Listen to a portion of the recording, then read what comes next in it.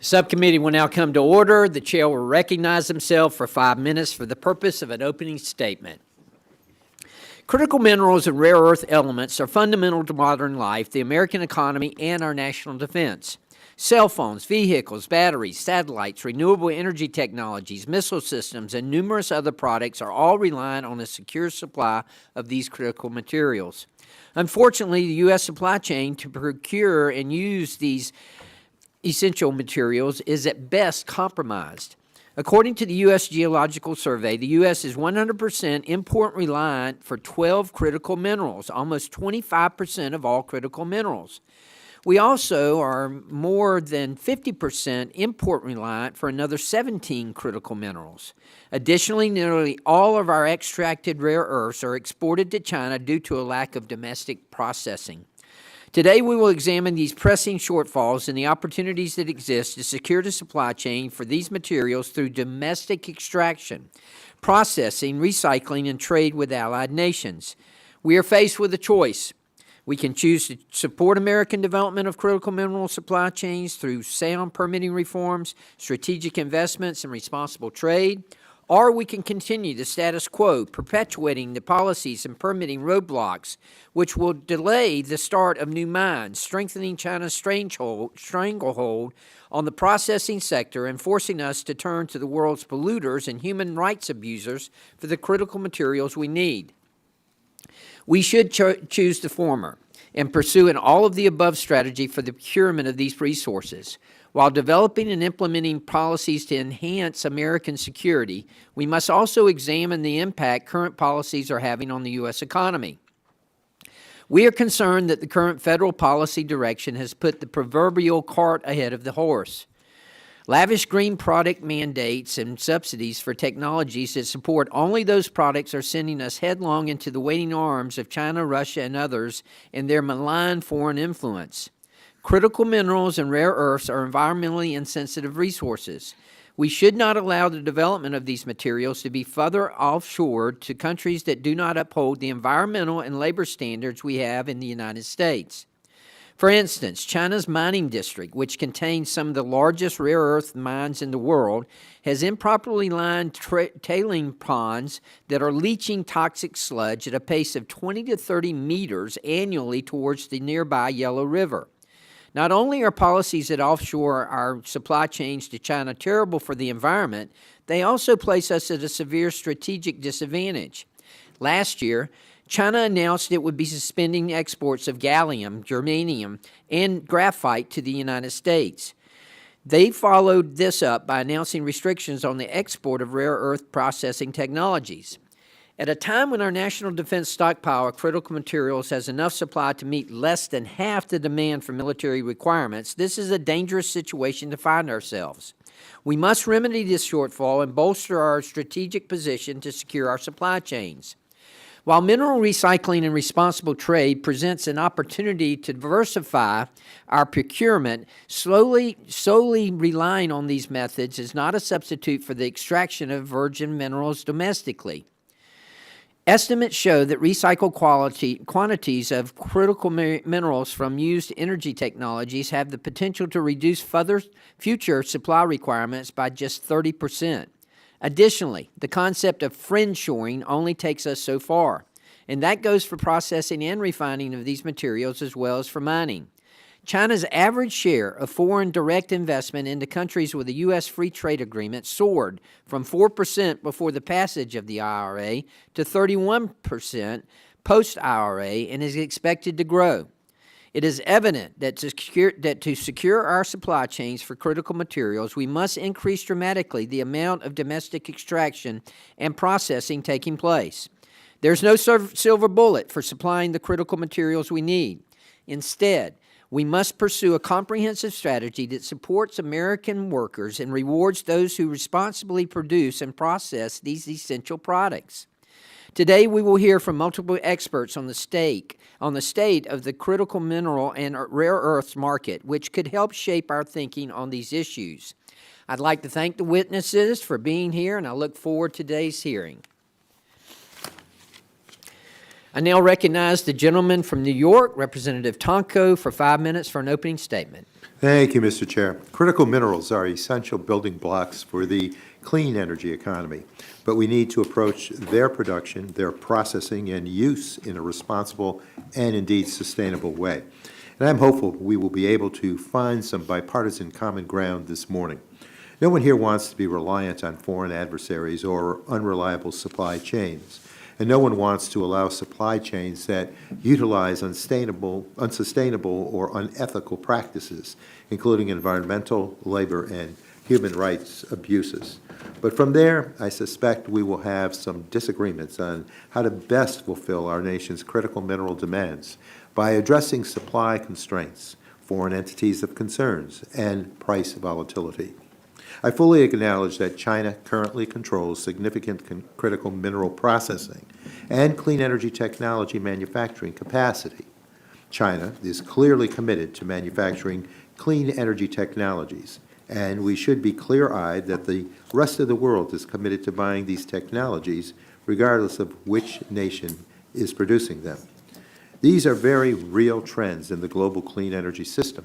And China is not going to stop whether or not we embrace clean energy as a domestic priority. I, for one, am not prepared to cede our global leadership of these strategic industries without a fight. And that was a major impetus for the Infrastructure Investment and Jobs Act and the Inflation Reduction Act, which not only incentivized the deployment of clean energy projects, but also the manufacturing investments necessary to ensure these products are made in America. So the IIJA invested $3 billion for battery materials processing, $3 billion for battery manufacturing and recycling, and $35 million for EPA to develop battery collection best practices and voluntary labeling guidelines. IRA doubled down on domestic supply chains by reforming the EV tax credit to support domestic production of EVs, their batteries, and their critical mineral components. And new authority and funding for DOE's Loan Programs Office has been used to support several supply chain projects. These efforts to onshore domestic industry are already creating tremendous job opportunities and economic growth across our country. Supporting domestic production, processing, and manufacturing is certainly one part of the solution, but there is so much more that we can do. Innovations in new battery chemistries can reduce the need for some of the most challenging minerals, and we must also embrace recycling as an underutilized domestic source of these materials. While recycling might not meet all of our projected needs, it can indeed certainly help relieve pressure on primary supply, provided we make investments today to be prepared for the rapid growth of batteries coming to the end of their operational lives. So while we may not agree on the best methods by which to compete with China and strengthen our domestic supply chains, I hope we can focus on where we do agree. And one important way to protect human rights and uphold high labor and environmental standards is indeed through improved transparency. We must be able to see where the minerals in our clean energy technologies are coming from. That is why Congressman Garrett Graves and I have introduced the Critical Materials Trace Act. This bill proposes to improve transparency through digital identification systems, also known as battery passports.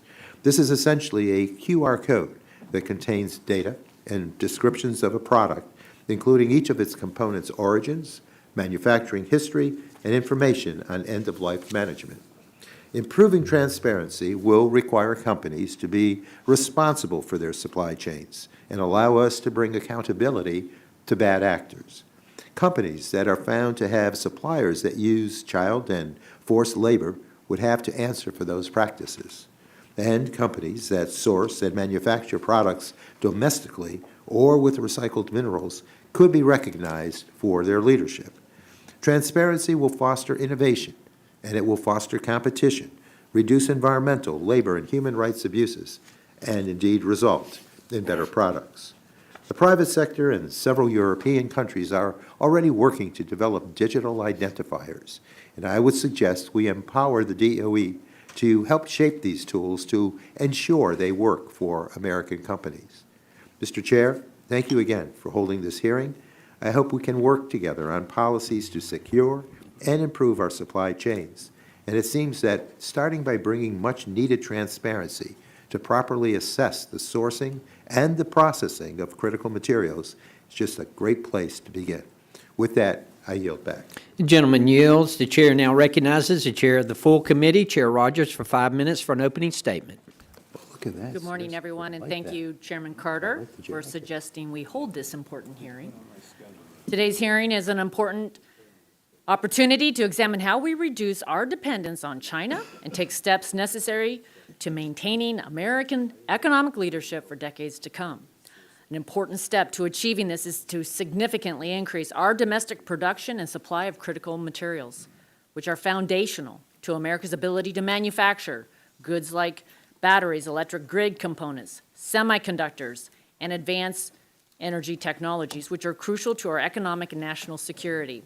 If we fail, America will continue to be dangerously reliant upon others for these critical materials, especially adversaries like China, and vulnerable to supply chain disruptions and market manipulation. It starts with having an honest conversation about what has led us to where we are today and how we became so dependent on others. Only then will we be able to advance the solutions necessary to creating the regulatory predictability needed for mining, processing, and refining of these materials domestically. Ending our reliance on others, ensuring stable access to critical materials, boosting American manufacturing, and protecting America's economic future and national security. Over the last several decades, America's capacity to mine, process, and refine minerals has been decimated. The United States once was one of the world's leading producer of minerals and metals that are foundational to America's economic success and national security. Today, more than 90% of those minerals are under the control of the Chinese Communist Party. Their supply chains stretch from the jungles of the African Congo to smelters and refineries in China. We've allowed them to establish a monopoly on the core components needed to produce the batteries powering our smartphones, computers, electric cars, and many renewable sources of energy. To make matters worse, they do this with zero regard for any environmental, labor, or human rights standards.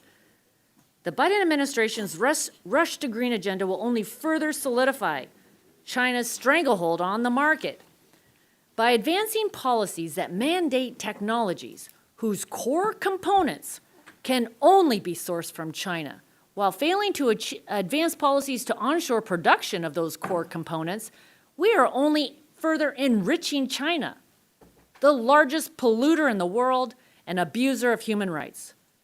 The Inflation Reduction Act and Infrastructure Investment and Jobs Act were filled with these mandates and pumped hundreds of billions of taxpayer dollars into subsidizing the purchasing of these technologies, exacerbating the problem. We cannot continue doing the same thing over and over again and expect anything to change. We have to get serious about getting to the root cause of the problem, which is overburdensome regulation, and start advancing policies necessary to onshoring production of critical materials. The U.S. has enacted the strongest environmental laws in the world, which have helped us clean up our air and water over the last half century. It's possible to continue building on our legacy of environmental stewardship without pushing our supply chains overseas. To do this, however, we need reasonable solutions, rather than a continuation of the current regulatory and legal environment that has all but forced U.S. mines and smelters out of business or out of the country.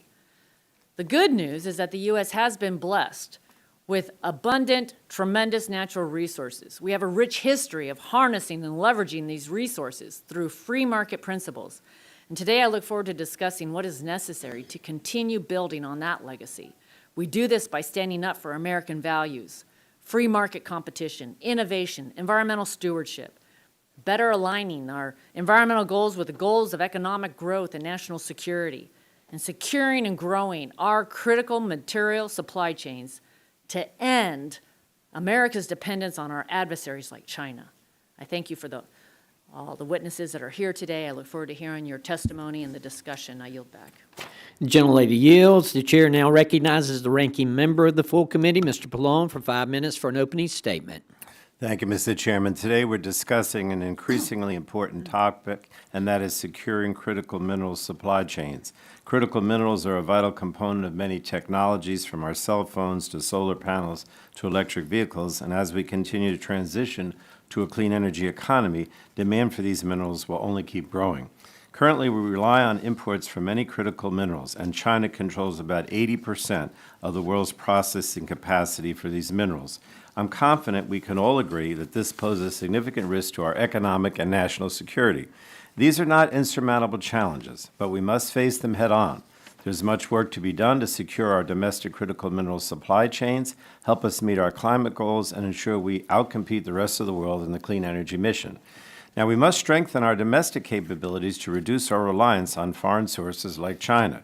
We must grow and cement our relationships with allies to develop and access new critical mineral supply chains, also known as friendshoring. And the United States must invest in scaling up battery recycling and processing of critical minerals in order to mitigate supply chain vulnerabilities and increase our domestic supply of these resources. And we must ensure that we continue to have a strong domestic market for clean energy technologies so that companies are willing to make long-term investments in this sector. Creating a circular economy for critical minerals is a win for our environment, our economy, and our national security. And the expansion of responsible mining is also part of the equation. However, the global supply of critical minerals is not infinite, and we cannot mine forever. Securing our critical mineral supply chain must be a holistic, multifaceted approach that includes onshoring, friendshoring, and recycling. Mining is just one piece of a very large puzzle, and I should note that this committee does not have a role to play in setting a changing domestic mining policy. But there are many issues Energy and Commerce should discuss regarding critical mineral supply chains, so I'm a little disappointed that the majority chose to focus today's hearing on issues outside of our jurisdiction. Securing our critical mineral supply chains is a challenge, but it's also an opportunity to outpace our economic competitors and dominate the next generation's worth of technology. The United States is in a race to the top in terms of who will have the strongest, most advanced economy moving forward into the 21st century. We cannot cede our global leadership position to China. But thankfully, Democrats are determined to see the United States lead the pack and have been working hard to ensure that outcome. Together, the bipartisan infrastructure law and the Inflation Reduction Act included billions of dollars in federal investments to strengthen our critical mineral supply chain, create new jobs, and cut costs for hardworking families. The bipartisan infrastructure law, for example, included $7.9 billion for battery manufacturing, recycling, and critical minerals, and directed EPA to develop best practices for battery collection and voluntary battery labeling guidelines to help grow our circular economy for critical minerals.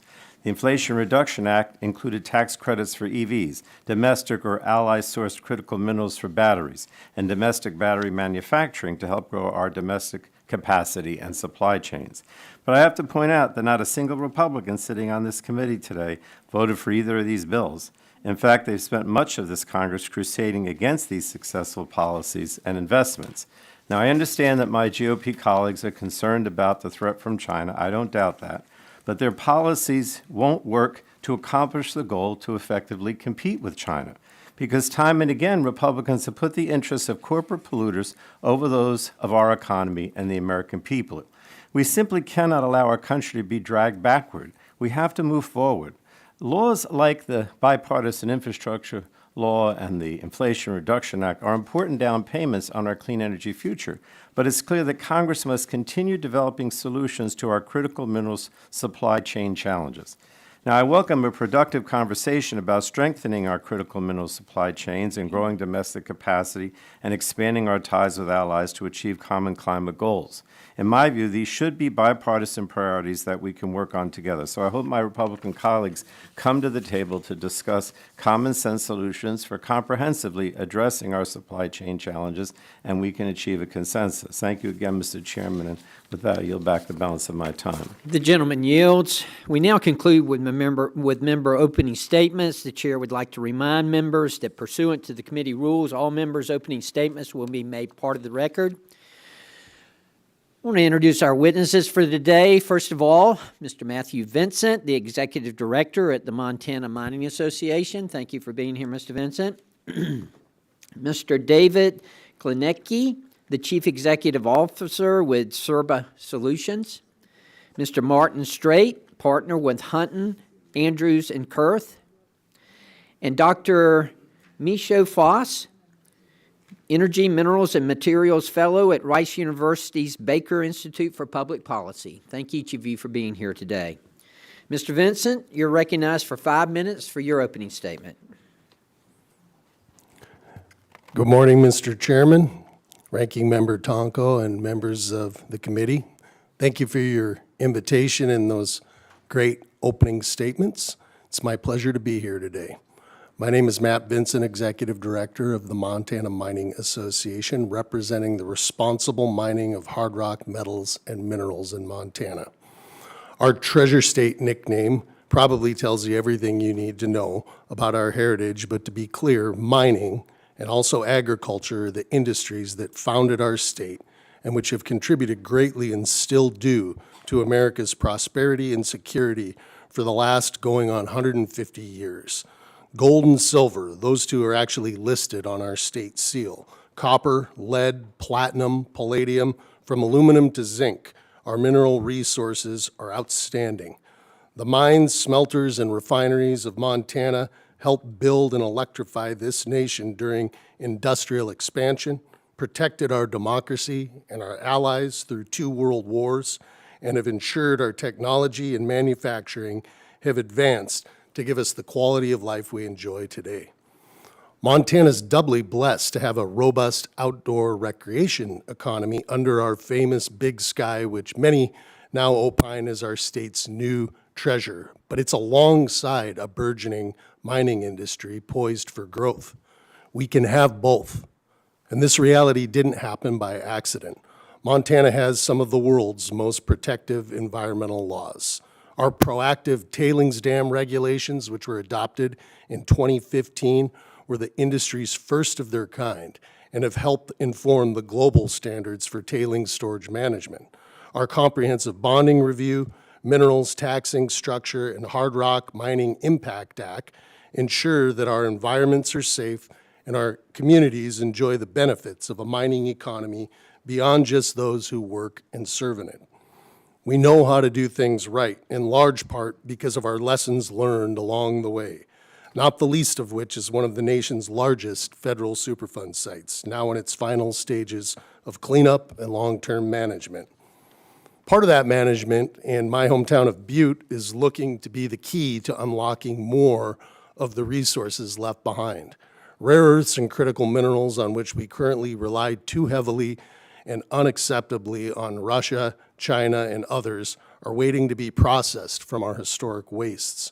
With help from Department of Defense, Department of Energy, our friends at Montana Technological University and the Bureau of Mines and Geology, our next treasures may come from what we thought of up until now as simply waste. This innovative reuse and reprocessing is a quick route to meeting some of our most pressing mineral needs, much quicker than the 14 years it's taken to receive our first major mine permit in Montana in almost 30 years. In order to truly secure our mineral supply chains, we need to keep mining, and we need to do more to responsibly develop new resources. Our nation's only platinum group metals mine just received an expansion after 4 years of rigorous permitting, and we're okay with that. Other exploration projects in state are looking at graphite, copper, gold, antimony, and even rare earths specifically. The discussions leading up to today and many important programs developed over the past several years is a good start. That said, many of these have yet to be realized or need substantive improvements. And the fact that we're still talking about it is a stark reminder we have a long ways to go and, more alarmingly, a limited amount of time.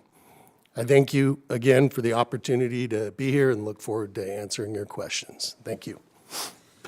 The gentleman yields. The chair now recognizes Mr. Klinecki for his opening statement.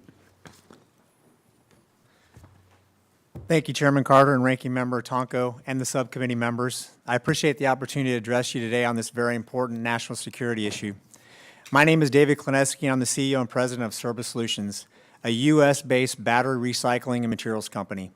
I've been involved in every aspect of this industry, from mining to recycling of these critical materials over the past 15 years of my career.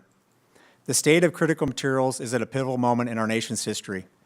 To reduce our reliance on foreign sources of these materials and secure the United States' global competitiveness, it is imperative that we strengthen our domestic capabilities and supply chains. The market for these materials is growing at an exponential rate, and the support of our government to ensure we have sustainable domestic supply of these materials is paramount. In 2023, more than 2/3 of the lithium chemicals supplied globally involved Chinese companies. And we're also aware that China controls processing over 80% of the rare earth elements on the world today. We're allowing American businesses, and more specifically the future automotive supply chains, to be controlled by foreign entities of concern. The onshoring of manufacturing and creating a closed-loop domestic supply is key to stabilizing the critical materials market, as well as protecting our national security.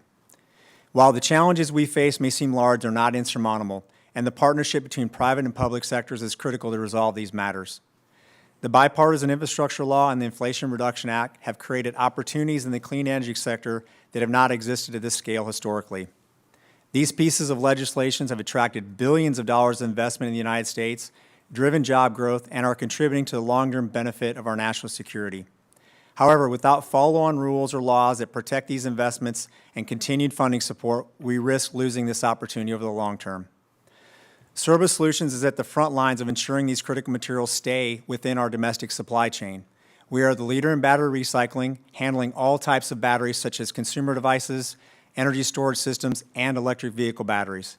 We collect, package, transport, disassemble, and process these batteries to extract the critical materials and return them back into the battery supply chain to produce a new battery. Cerba Solutions alone will be investing more than $2 billion domestically into the battery recycling sector over the coming years, creating more than 500 jobs in the U.S. market by 2028 and supplying enough critical materials for over 750,000 vehicles annually. We have operational facilities in Ohio, Michigan, Arizona, California, and are expanding into South Carolina. We are the proud recipient of 2 grants from the Department of Energy's Office of Manufacturing and Energy Supply Chains to support our expansion of the Lancaster facility. This project will bring battery-grade metal sulfates into North America, providing the U.S. battery supply chain with something it has not had access at a commercial scale before. This will provide both domestically sourced and processed material and support the efforts to attract cathode and lithium-ion battery manufacturing to North America for the automotive industry. We must work now to address these challenges, including infrastructure expansion and domestic production. For the United States to win, we need a combination of mining and recycling to ensure that these materials stay in the United States, creating a holistic, closed-loop critical materials strategy. Cerba Solutions can recover over 95% of these critical materials, such as lithium, nickel, cobalt, and manganese, and make these materials reusable again. These materials are infinite in their recovery and reuse. Once batteries reach their end of life, recycling serves as a pathway to ensure that these critical materials don't end up in a landfill or back in China. This also enables traceability, which perfectly aligns with the effort to ensure that they stay domestic.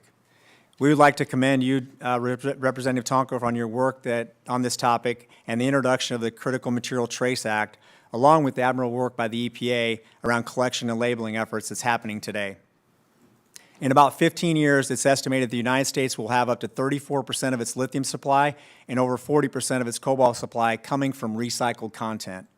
We are building this infrastructure today to meet or exceed those estimates. For the United States to not only be competitive but win, we have to continue these investments in this sector in such areas as production tax credits, grants, and addressing key issues such as leakage of batteries out of our country. We have the opportunity today to build a domestically sourced critical materials supply chain that will positively impact generations to come through jobs and economic growth. The largest operating mine in the world today is currently driving around on our roads. We also need to ensure that these critical materials remain within our borders and the United States can choose to be a leader in the global critical minerals supply chain. Thank you very much for your time, and I look forward to discussion. Thank you, Mr. Klinecki. The Chair now recognizes Mr. Straight for his opening statement. My name is Martin Stratt, and I am a partner in the San Francisco office of Hunton Andrews Kurth. I am a land use and environmental attorney, and I help companies obtain permits for development projects. My practice is focused on the permitting of mineral exploration and mine development throughout the U.S. I want to thank the subcommittee for the opportunity to testify here today. I also want to thank them for having this hearing on this very important issue. Today, I will focus briefly on two things. First, I will share my thoughts on the status of the nation's critical materials supply chain. Second, I will share some of the challenges that I see companies experiencing when they try to permit domestic sources of critical materials. Critical materials are important because they support our way of life. Although critical materials are sometimes associated exclusively with the clean energy revolution, that is wind turbines, solar panels, electric vehicles, batteries, they're already essential for things we use and need on a daily basis. Computers, cell phones, hospital equipment, airplanes, internet cabling, cars, all require critical materials.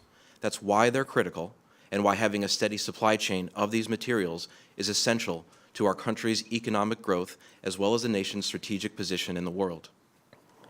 There are often no substitute for these materials. They are the result of hundreds of millions of years of geologic events.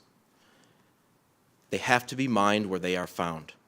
If they are not mined where they exist in the United States and processed here at home, others will do it. In order to have a secure critical materials supply chain, America needs a complete critical materials supply chain. A complete supply chain is one that includes both the raw materials that need to be processed and the facilities to do the processing. America does not currently have a fully complete supply chain because companies trying to mine the raw materials face significant challenges with permitting. These challenges have a chilling effect on domestic production because there aren't and haven't been enough materials to process. As a result, our national industrial base has been considerably diminished to the point where some of the facilities necessary to process critical materials, like smelters, are not available in sufficient numbers. What this all means from a supply chain perspective is that for many, perhaps most, of the critical materials that are on the annual list published by the U.S. Geological Survey, we have no supply chain. Let's talk about that list. There's a lot of attention on the critical materials list. Let's give it some context. Each week I prepare a list of groceries that I need to get at the store. This is a good first step because it helps me know what I need to fill my cupboards. But I must then acquire the groceries. I have to go to the store. Fortunately, there is a steady supply chain for groceries in the U.S. that allows me to shop for what I need. In the critical materials space, every 2 years, the Department of the Interior instructs the USGS, the U.S. Geological Survey, to prepare this list. Like my grocery list, this is a good first step. But our nation's cupboards are not being filled with the critical materials that we need. That's because there are many challenges that limit the domestic production of critical materials. And unlike my grocery store example, where I have to go get my own groceries, the Interior is relying on private industry to source and produce the nation's critical materials. I have limited time, so I will only share a few of the challenges that I see. First, it's difficult to obtain permits, including permits for exploratory drilling, often due to lengthy, uncertain environmental reviews.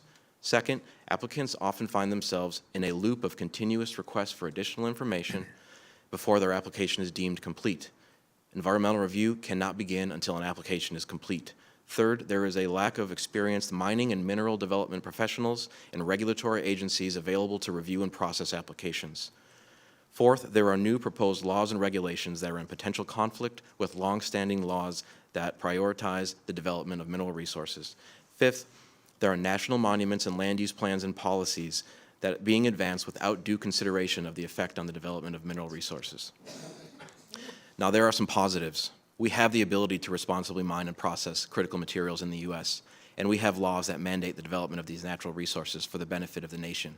But we need to do more to bridge the gap between making a list and doing what it takes to get the materials. Policymakers have a decision to make. Do we prefer to mine and process our own materials while enjoying the economic benefits, or do we prefer for those materials to be processed elsewhere? Thank you, Mr. Stratton. I apologize for my mispronunciation of your name earlier. No problem. Thank you. Thank you. Now we'll hear from Dr. Michos Foss. Well, I want to thank the, let's see. Is it on?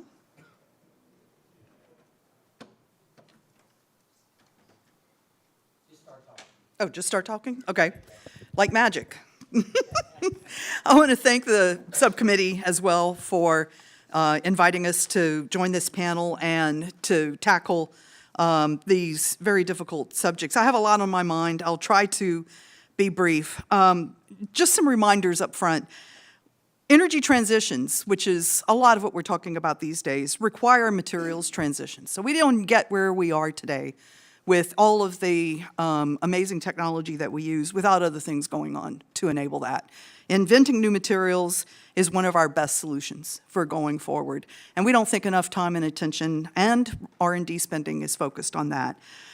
The reality is that we tend to be focused on the end result. How many wind turbines can we install? How much solar can we build? How many EVs can we get on the road without thinking about what we really want to do to build all of that? And then a final really deep concern that I have and that I and my colleagues at Rice share, and that is that we're not thinking about the value of one of the elements in the periodic table, carbon. Carbon is the basis of life on Earth. We already depend hugely on carbon-based materials for everything. We have been displacing metals with carbon-based materials for decades. I showed that to you in Figure 5 of the testimony. And we have an opportunity now to leapfrog a lot of our dilemmas in metals with advanced carbon materials, carbon nanotube fibers in particular, which we've developed at Rice and are being commercialized. It's like magic. It's amazing material. And I would love an opportunity to talk with you all more about it. The complexity of what we're undertaking is huge. This means that the cost will be higher. The timing is going to be longer and more difficult than everyone thinks, and we need to be able to do it right, and I think everybody would agree on that. The world is dominated by the extraction of fossil fuels. Those materials, those fuels, provide both energy and energy storage. A battery is an energy customer. It's of no use until it's charged, which means that you have to service the battery as well as real-time energy needs of customers from electric power systems, since mostly what we're doing is a desire to electrify. That's a big challenge when you look at our grids, the basis for our electric power system in the United States, reliability and other issues. We have lots of challenges when it comes to procuring minerals, and I think my colleagues did a great job on that. And I think that we have to be clear about how those challenges play out with regard to our position in the world. I know the committee and the subcommittee are very concerned about our competitiveness in the United States. China's market power derives from its own domestic resource base.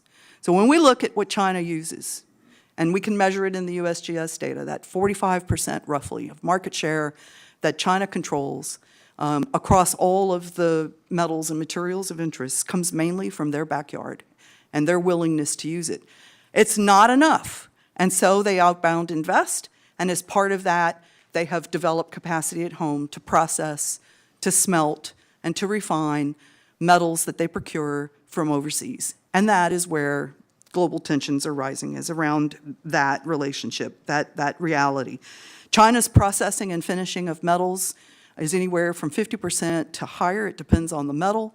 We think they control roughly 50% of copper smelting and refining capacity. We know they control 90% of gallium and germanium processing capacity because they control the ores from which that is derived. Every country wants value added. Our main strategy right now for the United States seems to be mine abroad, bring it home and process it, because we have so much trouble getting through public approvals and permitting for new mining capacity here, and we do need new mining capacity because the world's asset base is old, needs replenishment. But we face the same issues for processing ores and concentrates that we bring here, just as we do for anything that we mine domestically.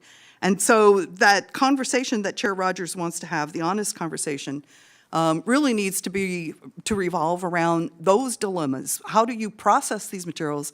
How do you commercialize them? How do you extract very, very small percentages of metal from very large amounts of rock and make it work the right way?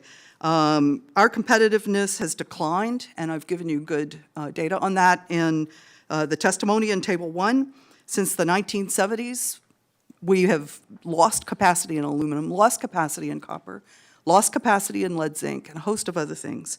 This happened because our own asset base aged, we have high labor costs, and we have a lot of regulatory oversight for a lot of good reasons, but regulatory oversight that needs to be dealt with creatively in most respects. We can recycle. One note on recycling. I know that everybody knows this at David's company. They use the same processes to a large extent. Those processes are also subject to review by EPA. They deal with hazardous materials that are subject to oversight by EPA and the state agencies as well. And so we have to bear all of that in mind. You have a lot to think about. I'm glad that you invited us here to sort of to contribute as best we can to your thought process. Well, thank you, and thank you all for your testimony. We'll now begin with questioning, and I'll recognize myself for 5 minutes. As I mentioned in my opening statement, I believe that we should pursue an all of the above type energy, above energy strategy to shore up our supply chain for critical minerals. This includes extraction, processing, recycling, and trade. Dr. Michaud-Foss, in your opinion, is it possible for us to secure our supply chain through material recycling and trade alone? I don't think so, and I think it will be a really long time before recycling is able to contribute as much as we need. And I appreciate fully your comment about the biggest mine being on our roads. It's already true.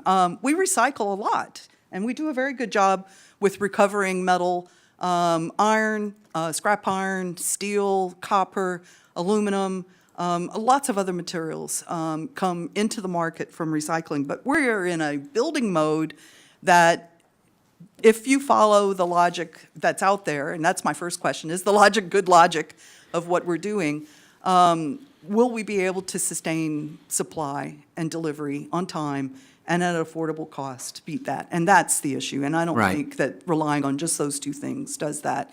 On the trade side, looking at the call on taxpayer resources to support securing supply chains abroad, we really have not had a full conversation about that. Right.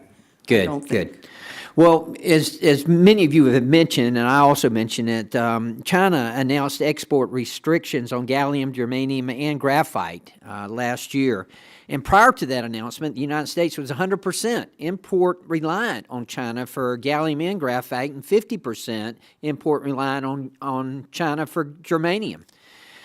So we understand that we need to produce more critical materials in the U.S., and I'm very proud of the fact that one of the only mines that we have here, one of the few mines that we have here, is in my district, in the 1st District of Georgia, in Jessup, Georgia. It produces several minerals that go into products from aircraft engines to medical devices and help us live our everyday lives. But that mine also produces natural monazite ore, which contains rare earth elements, and that ore is shipped to a company in Utah to recover and rare earth elements like uranium, and they'll be processed into fuels for nuclear energy or materials for magnet technologies that go into EVs and more.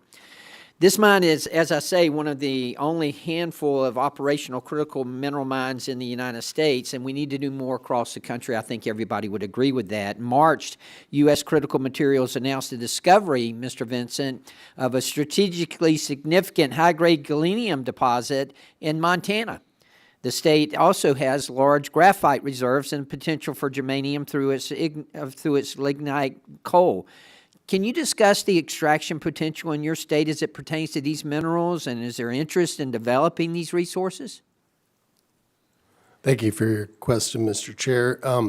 Yes, absolutely. I mean, I think in my written testimony, I kind of illustrated how our state did fill that role during some of our most critical times, and we still have much more untapped resource within our state than what's already been tapped. And that also, like I said, includes what could be in our wastes. And so that's Right. one of the things we're working as an association on with our members, is to look at what we might be able to get out of historic sources, as well as get more out of the permitted facilities that we have right now. You mentioned the discovery of a deposit of rare earth elements down in the Bitterroot. It's in southwest Montana. That holds some promise, but it's very early in the process. I mean, there's a long hierarchy it takes from identifying a geologic resource to actually being able to develop it. I did hand out a simple graph that kind of Right. shows that process. So they're very Thank low. you. I got that. Good, thank you. Mr. Stroud, I want to ask you, from your experience, what kind of midstream logistics are mining companies currently looking for when they're pursuing a mining project in the United States? It's not uncommon for companies to look for port access because they are looking for an ability to get the materials out of the U.S. to China. That's one of the reasons why this mine in my district, we've got the Savannah and Brunswick ports right near there, so that's a big advantage for this mine here. So thank you for that. Okay, thank y'all very much. At this time, I'll recognize Mr. Tonko for 5 minutes of questioning. Thank you, Mr. Chair. I mentioned that IIJA and IRA made considerable investments in securing domestic critical material supply chains. So, Mr. Klinetsky, have you been involved in EPA's efforts to develop battery labeling guidelines? Thank you, Mr. Tonko. Yes, one of the things when you step back and look at battery recycling and being able to recover these materials, having the right regulation and registration to be able to transport those materials safely to processing facilities is absolutely critical. So we've been working with the EPA on trying to understand what are the right labeling requirements, for example, what are the right transportation requirements as you move these materials across the United States to ensure that they're processed safely. We spent a lot of time, energy, and money in extracting these minerals out of the ground, putting them into a battery, and what we want to do is to be able to safely move them to our processes and make sure they're recovered effectively and efficiently. And what does that process look like? And what does industry hope to achieve by engaging with EPA on these guidelines? It provides a framework for companies to actually operate safely. We're dealing with materials that have to be handled safely, ensuring that there's training for drivers, for example, ensure that there's special packaging requirements to be able to move these materials. As the quantity of batteries increases in the United States and the quantity of those materials that are reaching their end of life, making sure that we work with the EPA to ensure that packaging, labeling, transportation guidelines are followed is going to be absolutely critical, so we can ensure that those materials are safely transported and moved to facilities to be processed. Thank you. Your testimony noted that we can fulfill a considerable amount of our projected lithium and cobalt needs through recycling. But I presume that won't happen if we don't have a well-developed system to collect and recycle batteries and avoid exporting these valuable products at the end of their useful lives. Can EPA and other federal agencies play a role in encouraging the adoption of best practices to enable our recycling industry to fully take advantage of this valuable domestic source of materials and minerals? Yes, the EPA definitely can help. I think there's ongoing activities and Service Solutions. We're working closely with the EPA to actually share our 30 years of experience of transporting batteries around the nation. One of the things that's important is regionalization of how you're moving those materials and having, again, licensed operators to be able to do that. We have a tremendous amount of expertise in packaging and how you package materials so they're safe. And that's something that we've been actually really, I'd say, interactive with the EPA and ensuring that they can provide those guidelines to other companies out there to ensure that we have the capacity to be able to package materials, to be able to transport them safely. Our company's proud. We've been doing this for over 30 years, and we have a number of our customers that ask us how fast can they get to their facilities to pick up our batteries. And with our extensive logistic network, the know-how we have in packaging, working with the APA on these regulations, we can get to pretty much any site in the United States within 24 to 36 hours to pick up a battery. And in some cases, that's pretty critical depending on the state of a battery and the needs of our customers. Thank you. I obviously see this as a great connection with the need to improve transparency more broadly, because I believe it will benefit both recyclers and miners from the U.S. and other allied nations to have credible and widely adopted ways to verify where their minerals come from. So, Mr. Klineski, can you tell us about how improved transparency may benefit Service Solutions and others that want to promote domestic supply chains? Yes, absolutely.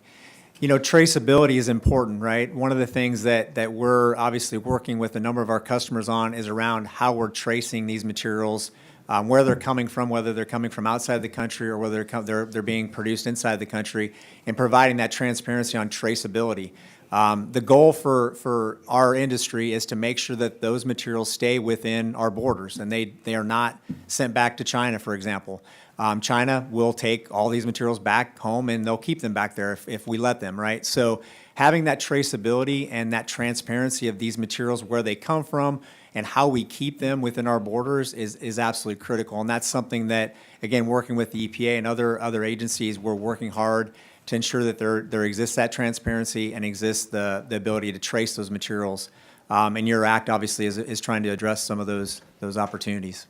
Thank you. And so obviously domestic miners and processors and recyclers have a lot to gain by better mapping of these supply chains. And these identifiers are pretty neat. They can also provide information to businesses and consumers about end-of-life management of batteries, which will help with the collection and the reuse and recycling and safe disposal of batteries when necessary. One provision of the Critical Materials Trace Act is to try to harmonize efforts to develop digital identifiers with the battery labeling work already underway by EPA. And I believe, I have exhausted my time, but we have a question that I'll send your way and hope that we can get a response to the subcommittee. With that, Mr. Chair, I yield back. The gentleman yields. The chair now recognizes the gentleman from Alabama, Mr. Palmer, for 5 minutes of questioning. Thank you, Mr. Chairman. Dr. Foss, MIT reports that China controls between 95 and 97% of the world's rare earth production and possesses 89% of the world's rare earth reserve base. In my mind, that creates a threat to our economy and to our national security. Would you agree with that? It certainly is complicating.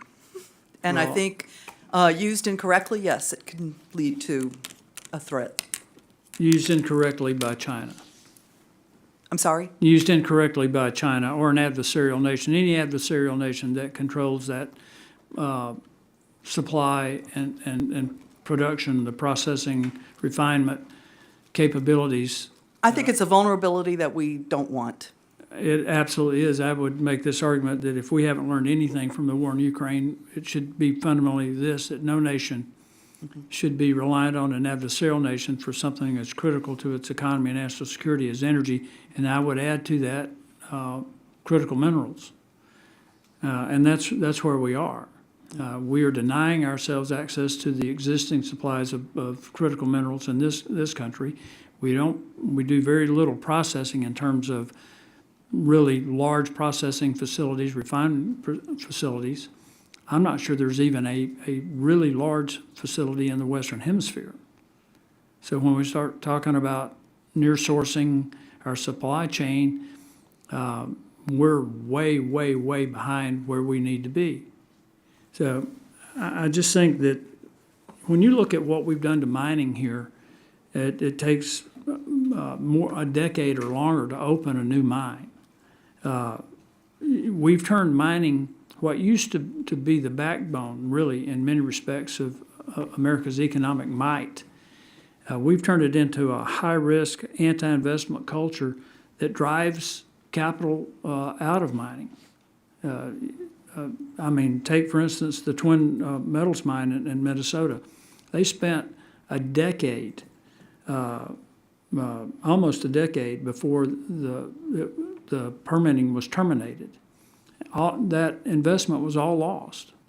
You take another one, when I was on the Science, Space, and Technology Committee, the Alaska Pebble Mine, that would have produced a substantial amount of copper over 2 decades before they finally denied them a water permit that shut down the mine. This is insane. Mr. Mr. Vincent, I'm happy for you to comment on this. If I may, I think it would be helpful for the public to be educated more about mining. I am grateful to have gotten into the industry. I thought it was interesting, and I absolutely have loved it ever since. And when I go to a mine and see the hardworking men and women that are proud to provide the materials for this country, it is really an incredible thing to see. Before Mr. Vincent responds to my point, could you honestly make a statement that we do mining well, that we do a good job mining responsibly? We are the best. These aren't people swinging pickaxes. We have computerized mining. We have men and women sitting in control rooms. It looks like they're playing video games. They're mining.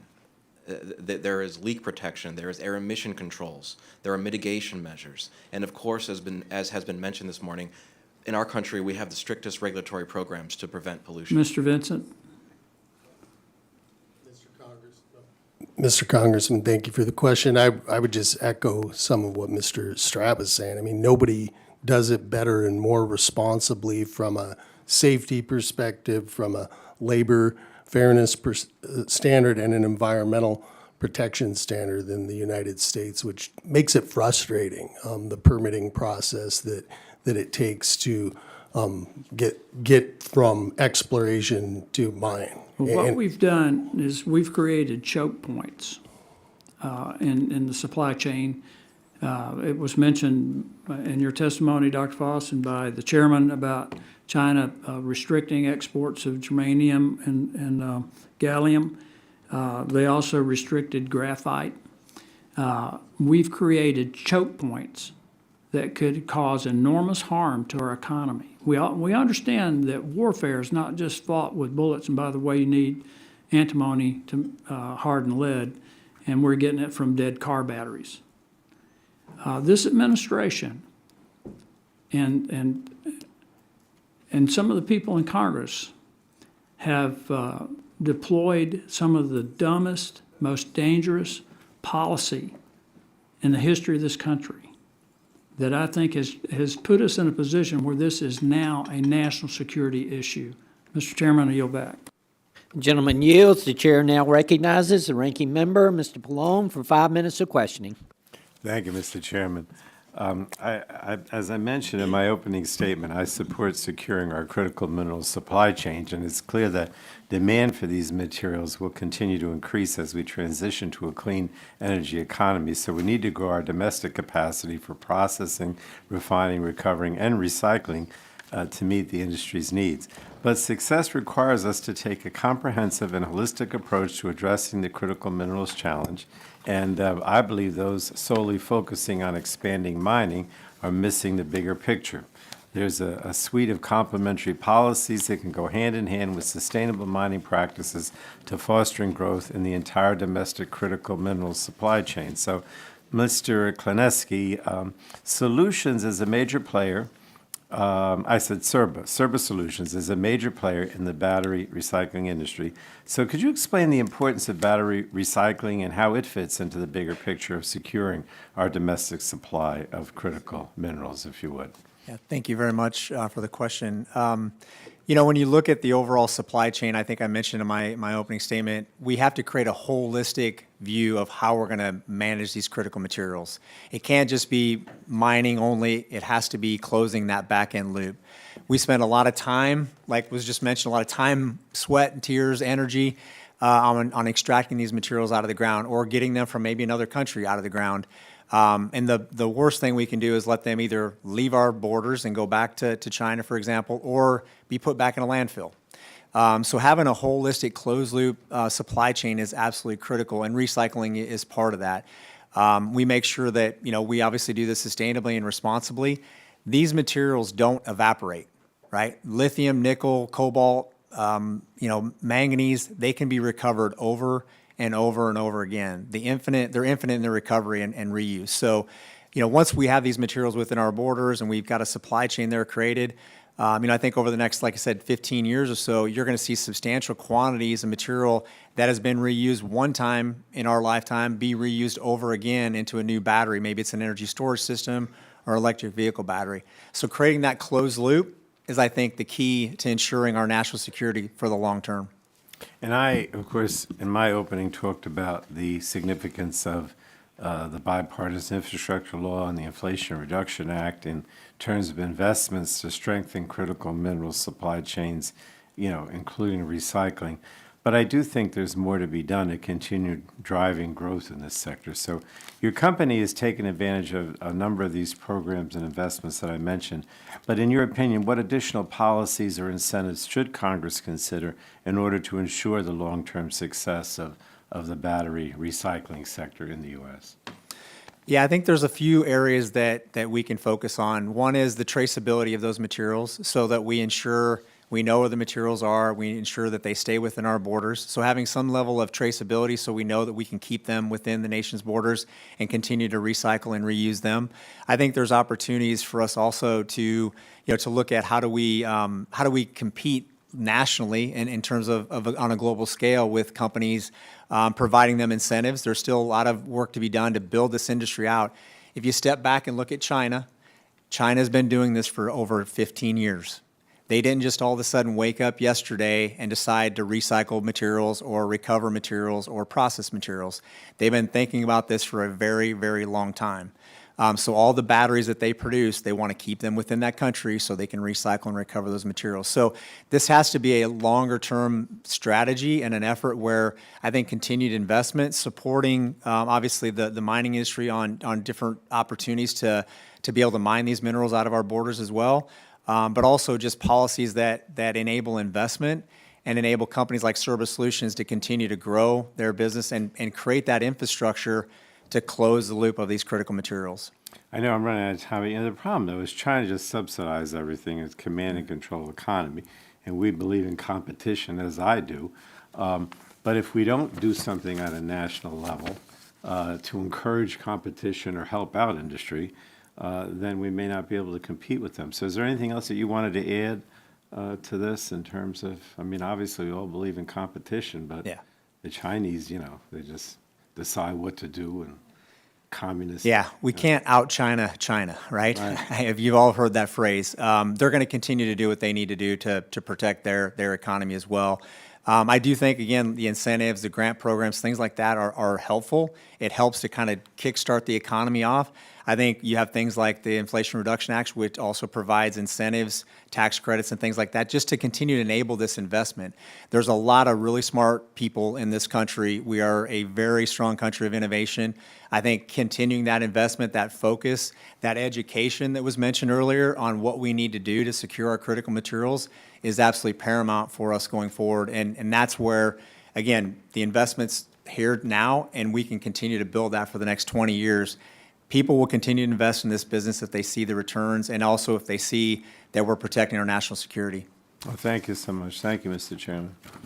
The gentleman yields back. Next, I will yield to myself for questioning. First, I want to thank our witnesses for appearing here today. In the past 100 years, Americans and our government have spent large amounts of time and effort worrying about our access to fossil fuels. We have researched, developed, and invested in new ways to access the energy that exists under the feet of my constituents. And we have produced natural gas and oil that is a vital component to America's energy security.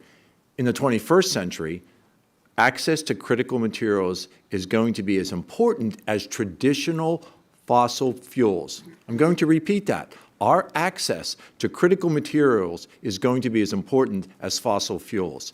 These materials touch every congressional district and every single American. They are in everything from the grid that we rely on and the electric vehicles that people drive to the computers, electronics, and cell phones that each of us have access to. The mining and processing of critical materials has large economic potential for America. One of the oldest companies in my district, for example, is McClanahan Corporation, which manufactures equipment for crushing, cleaning, and sorting of raw materials. The family-sustaining jobs that McClanahan's provides are the lifeblood for my community. We should not look at critical materials only through an economic lens. China's goal to dominate the mining and the processing of critical materials has created one of the largest current national security risks to America. In 1973, when OPEC started its oil embargo against the United States, the cartel's global oil market share was just slightly over 50%.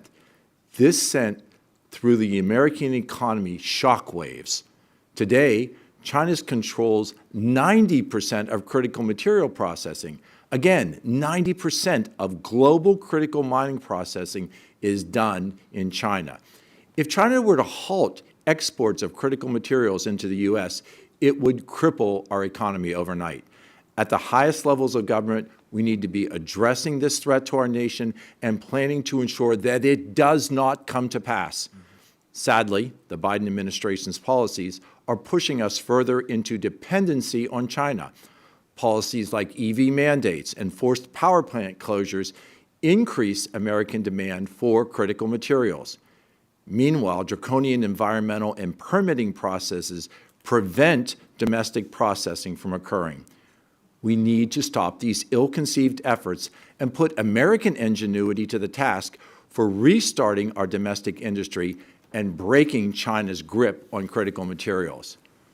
Mr. Stratt, how do these delays impact financing for these projects that you would recommend be done to bring greater predictability to the permitting process?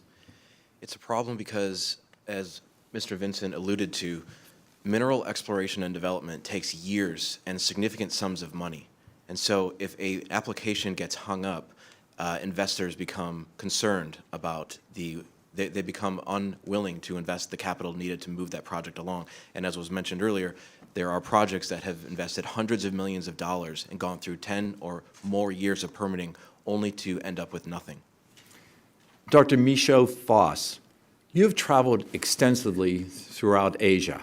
How far behind are we to China in sectors of critical mineral mining and processing? We're really far behind. They were investing and building capacity while we were basically dismantling ours. Mr. Stratt, is it fair to say that permitting is one of, if not the largest obstacle to companies trying to start mining and processing operations here in the U.S.? I agree it is. Do you believe that permitting process is being weaponized to keep domestic mining and processing activities from occurring? In other words, are efforts to delay permits another way to politely stop a project without discussing its merits? I can't say for certain that anything is being weaponized, and I once heard a judge tell someone that if you don't know for certain, don't say so. I can't speculate on that, but I will say that the permitting system needs to be reformed. Mr. Vincent, critics of permitting reform often claim that permitting reform is just another way to weaken our nation's environmental standards. Can you discuss the new technology that your industry has developed to allow us to protect the environment? Absolutely. Thank you for the question, which is somewhat insulting.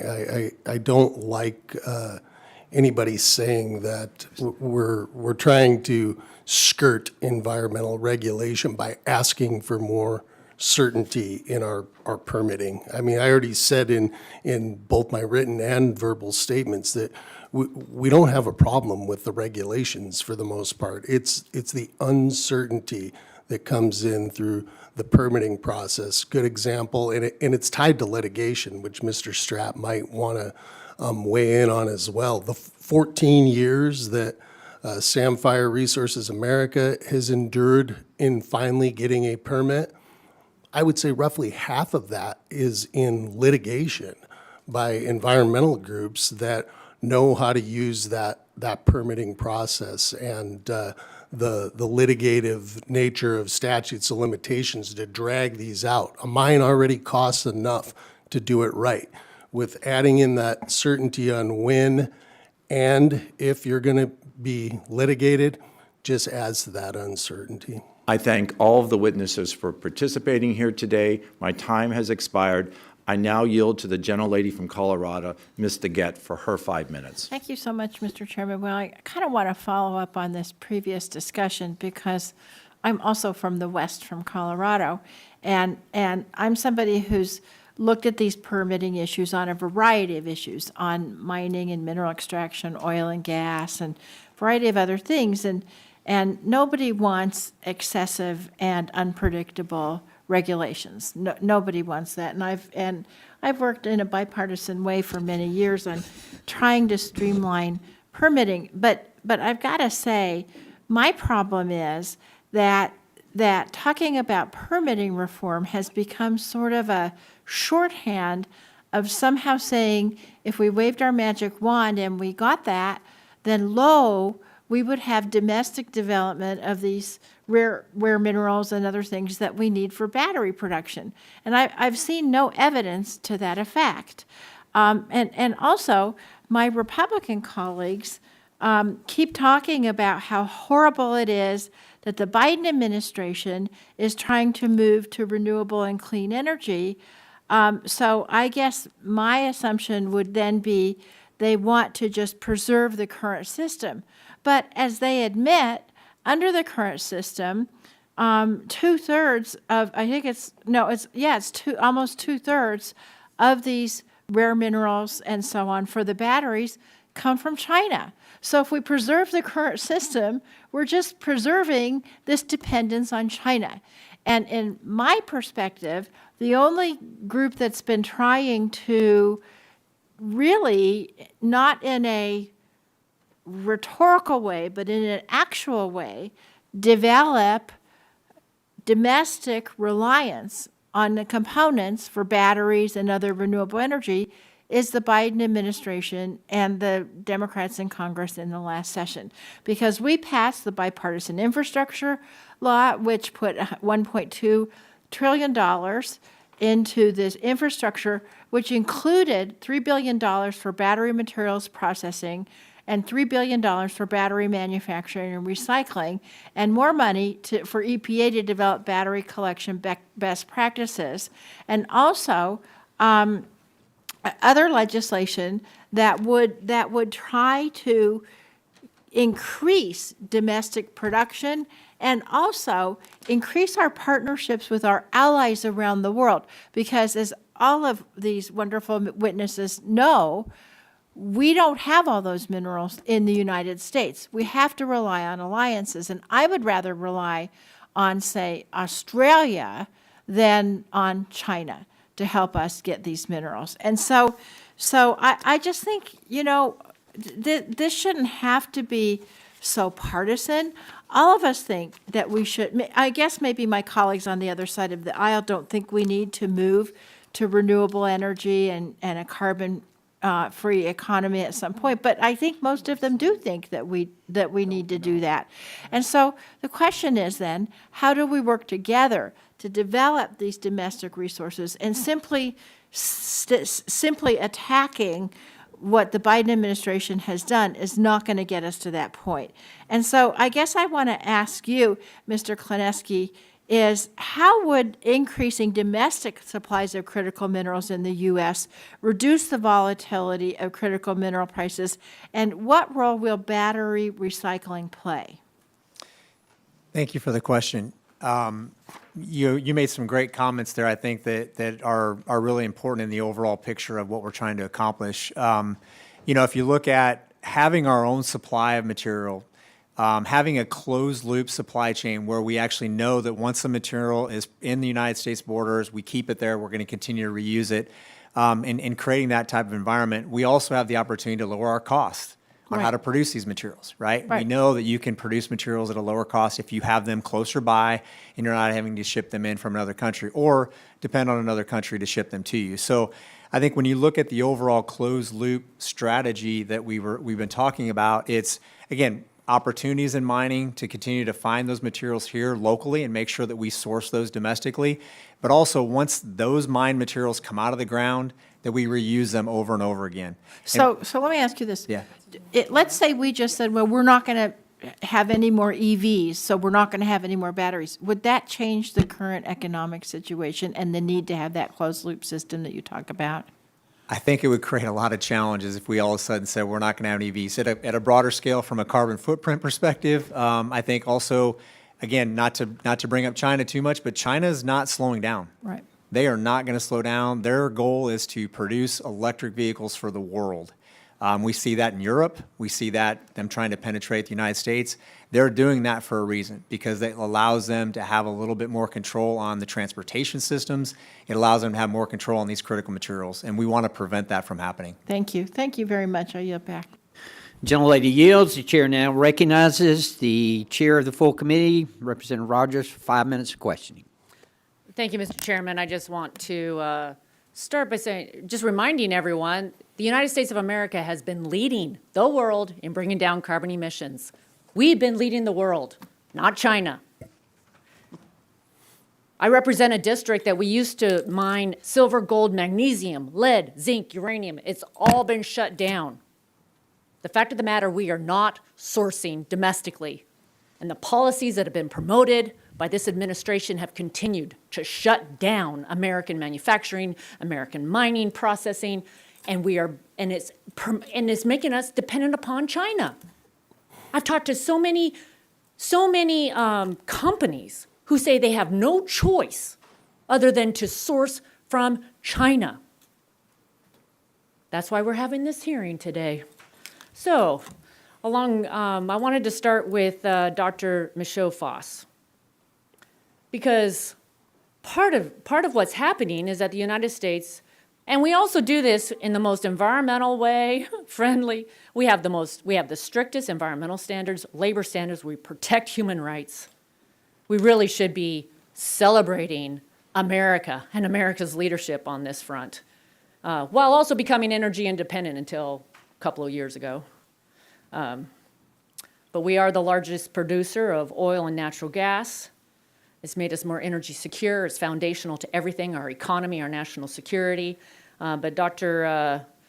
Michaud Foss, I wanted to ask, because many of us believe that the American shale boom has brought tremendous economic benefits, both to the United States of America and to the world. Our surplus oil and natural gas is a lifeline for Europe, especially when we have President Putin that is waging this war in Ukraine and then others that are attacking Israel. Are you concerned that the Biden administration's policies, the forced transition away from fossil fuels, will increase mineral dependency and make America less energy secure? And if so, why? I'm concerned. In fact, I would say that all of us at the Baker Institute share the same concern. We're concerned that people want to move away from a really important part of our national security, our economic base, and not just for the United States, but for the global economy, before we can fully execute on the alternatives. That's the big problem. And to fully execute on the alternatives takes time, it takes planning. We have to think about where things come from, under what rules, with what standards, how we want to guide that process so that everybody can participate the right way, how to ensure transparency, how to achieve all the things that we want to be able to achieve. And we are actually really worried about that.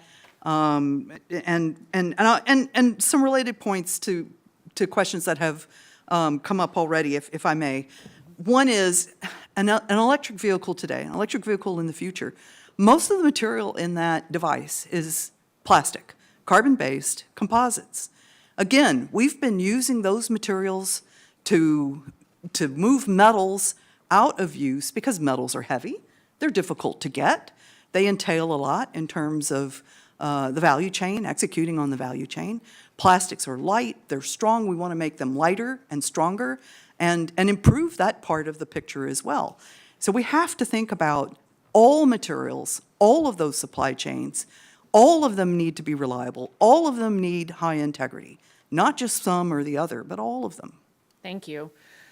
Not only does China control the mineral supply chains, but last year China began restricting exports on several minerals, including graphite, that are important to American military applications. China's also manipulated the market for lithium, key ingredient for batteries and linchpin for President Biden's EV mandate. Mr. Vincent, does the Chinese monopoly on mineral supply chain threaten our economic viability of the mines and American mineral processing facilities? And we all know that President Biden has been blocking mining and drilling on hundreds of thousands of acres of federal lands. What is at stake when this is happening? Thank you for the question. And I appreciate some of your comments before on the gravity of the situation we're facing here. I mean, it's a huge risk.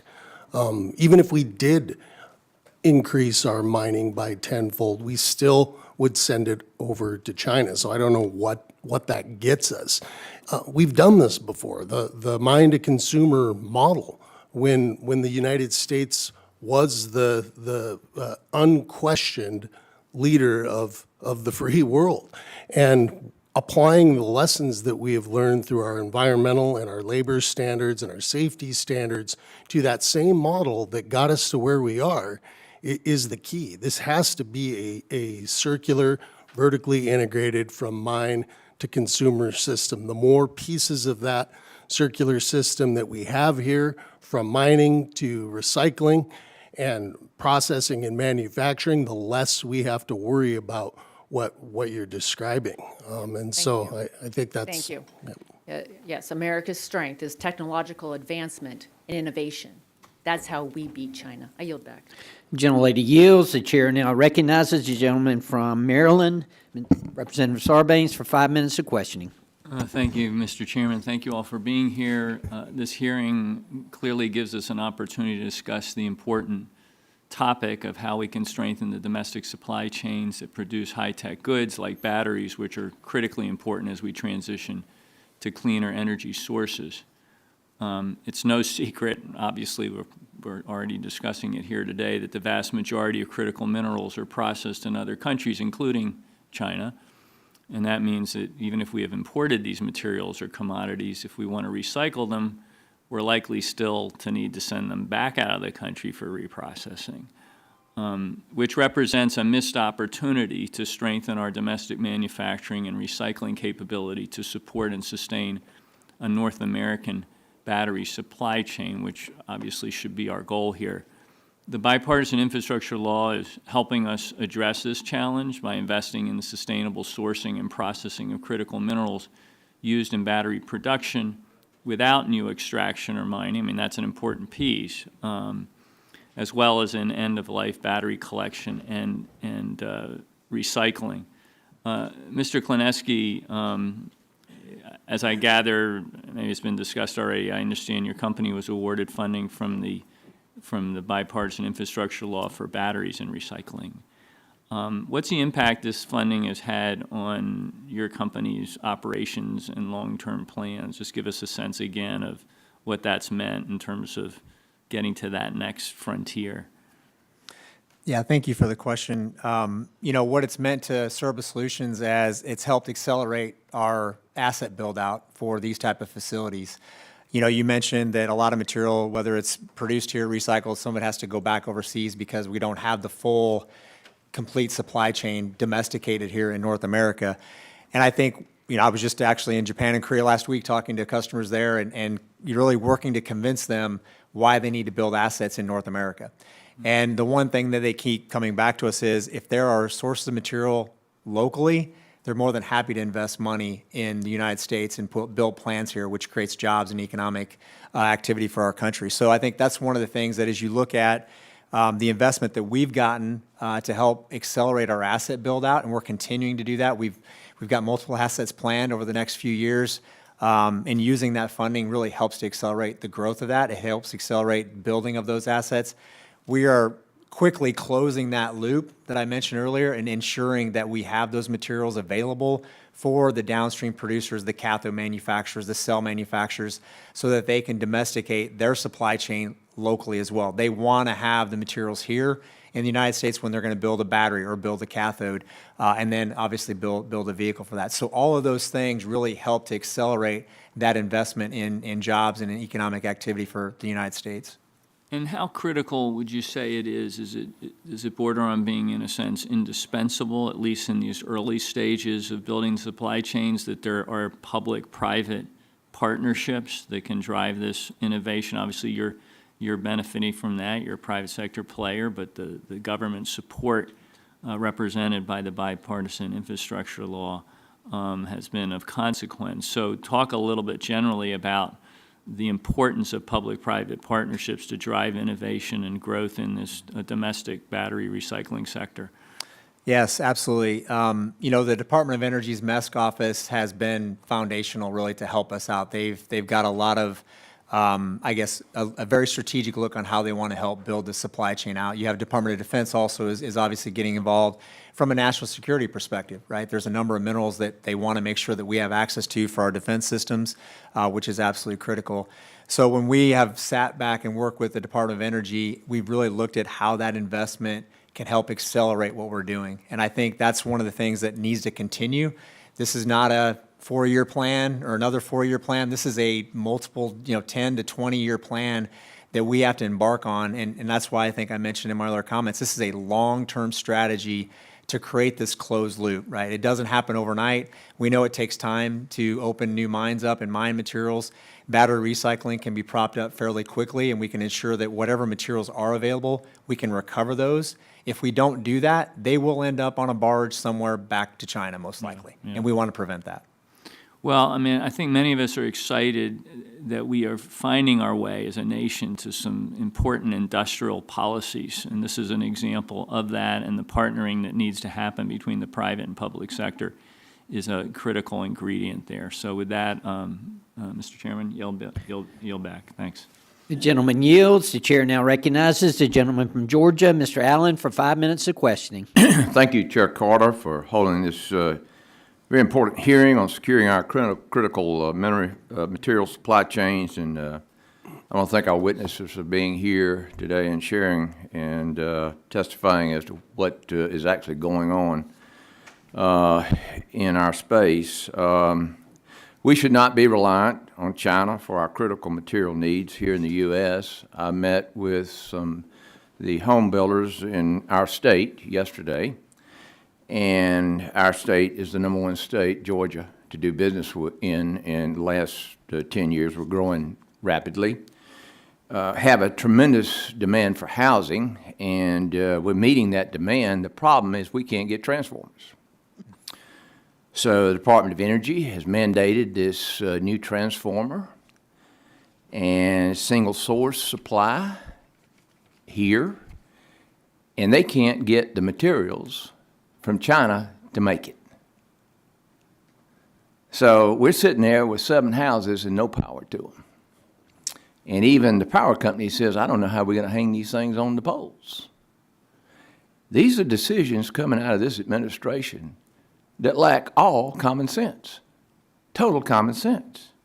It's a matter of national and economic security that the U.S. be a leader in the critical material economy. We cannot be dependent on other nations. We need to bolster our national critical material supply chain in the mining and processing. And like I said, we've heard that we one time led the world in that. Mr. Strait, do you believe that regulatory environment would even allow for a new metal smelter or processing facility? The regulations allow the use, but getting it permitted will be a long process. How can we, Congress can fix that, right? I mean, if we're passing permitting reform, we just passed it out of the House on nuclear facilities. We have the ability to do that, and rather than be subject to an agency who is the 4th branch of this government who is making these regulations on their own without congressional consent. So would that be a fix to do it by law? That would be helpful. And it would be helpful if we could get it through the Senate and get it through the administration. Dr. Foss, what would be the implications for the U.S. economy and consumers if China closed off supply chain of critical minerals to the United States? Can I add something to your previous question? Yes. Because I think when people look at permitting reform, they look at certain things or they have certain ideas about it. And I think that the smelter regulations in the Clean Air Act need to be considered as well, specifically for processing. I think the impact you. on U.S. customers, if China was to take an action to suspend supply, would be traumatic. We had a good analogy that we can look at, a good model from the pandemic of what happens when supply chains can't perform, and we saw all the implications of that. But we need to also understand that there's an alternative scenario for China's actions that are equally traumatic. China can build scale so fast. They can put so much volume on the market that they affect commodity prices. So we've been seeing them do this for a host of materials, whether it's rare earths, nickel, you name it. We're trying to invest here in a more expensive context, one that has delays, one that just is higher cost. We need higher commodity prices to support that. The Chinese volumes are important for the global economy, but they undermine investment in more expensive locations like the United States. That is a harsh reality. In other words, we can't compete. It is really difficult to compete unless we go back to what Chair Rodgers brought up, that honest conversation. How honest are we really willing to be? How honest do y'all want us to be on this panel? Right. Yeah, well, I think it's time to speak the truth here. My truth, my personal truth on this is when I look at the mining industry, I think it's hard to deliver, especially on a greenfield project, a new project as opposed to a brownfield site. Yeah. My average is 20 years. Yeah. Well, you know, American It's- people, It's a reality. they expect when they flip that light switch on For for it the to go lights on to right come away. on. Yeah. Yes, Yeah. exactly. And you know, when that doesn't happen, something's going to get done. I'll assure you. Well, thank you. I've run out of time. I got a lot more questions. I'm going to submit those for the record, if you don't mind responding to those so we can make this as a record. Thank you, Mr. Chairman. I yield back. The gentleman yields. The chair now recognizes the gentleman from California, Dr. Ruiz, for 5 minutes of questioning. Thank you, Mr. Chairman. Critical minerals such as lithium, cobalt, and rare earth elements are indispensable for the production of modern technologies, including smartphones, electric vehicles, defensive equipment, and batteries. The economic strategic significance of these minerals cannot be overstated, as all of you have mentioned. And we know that countries like China recognized the importance of critical minerals years ago and have since positioned themselves as a world leader in the rare earth element production, and China currently accounts for over 60% of global output. In the meantime, the U.S. possesses considerable mineral resources, but it has failed to prioritize the development of this sector. For this reason, we are dependent on foreign sources, particularly from China, for many essential minerals. According to BBC, Chinese companies control over 33% of the lithium production projects, and this dominance gives China substantial leverage in global markets and geopolitics, and the ability to influence supply chain prices and technological advancements. And so in order for the United States to meet its critical mineral needs, we must invest in the domestic production of critical minerals.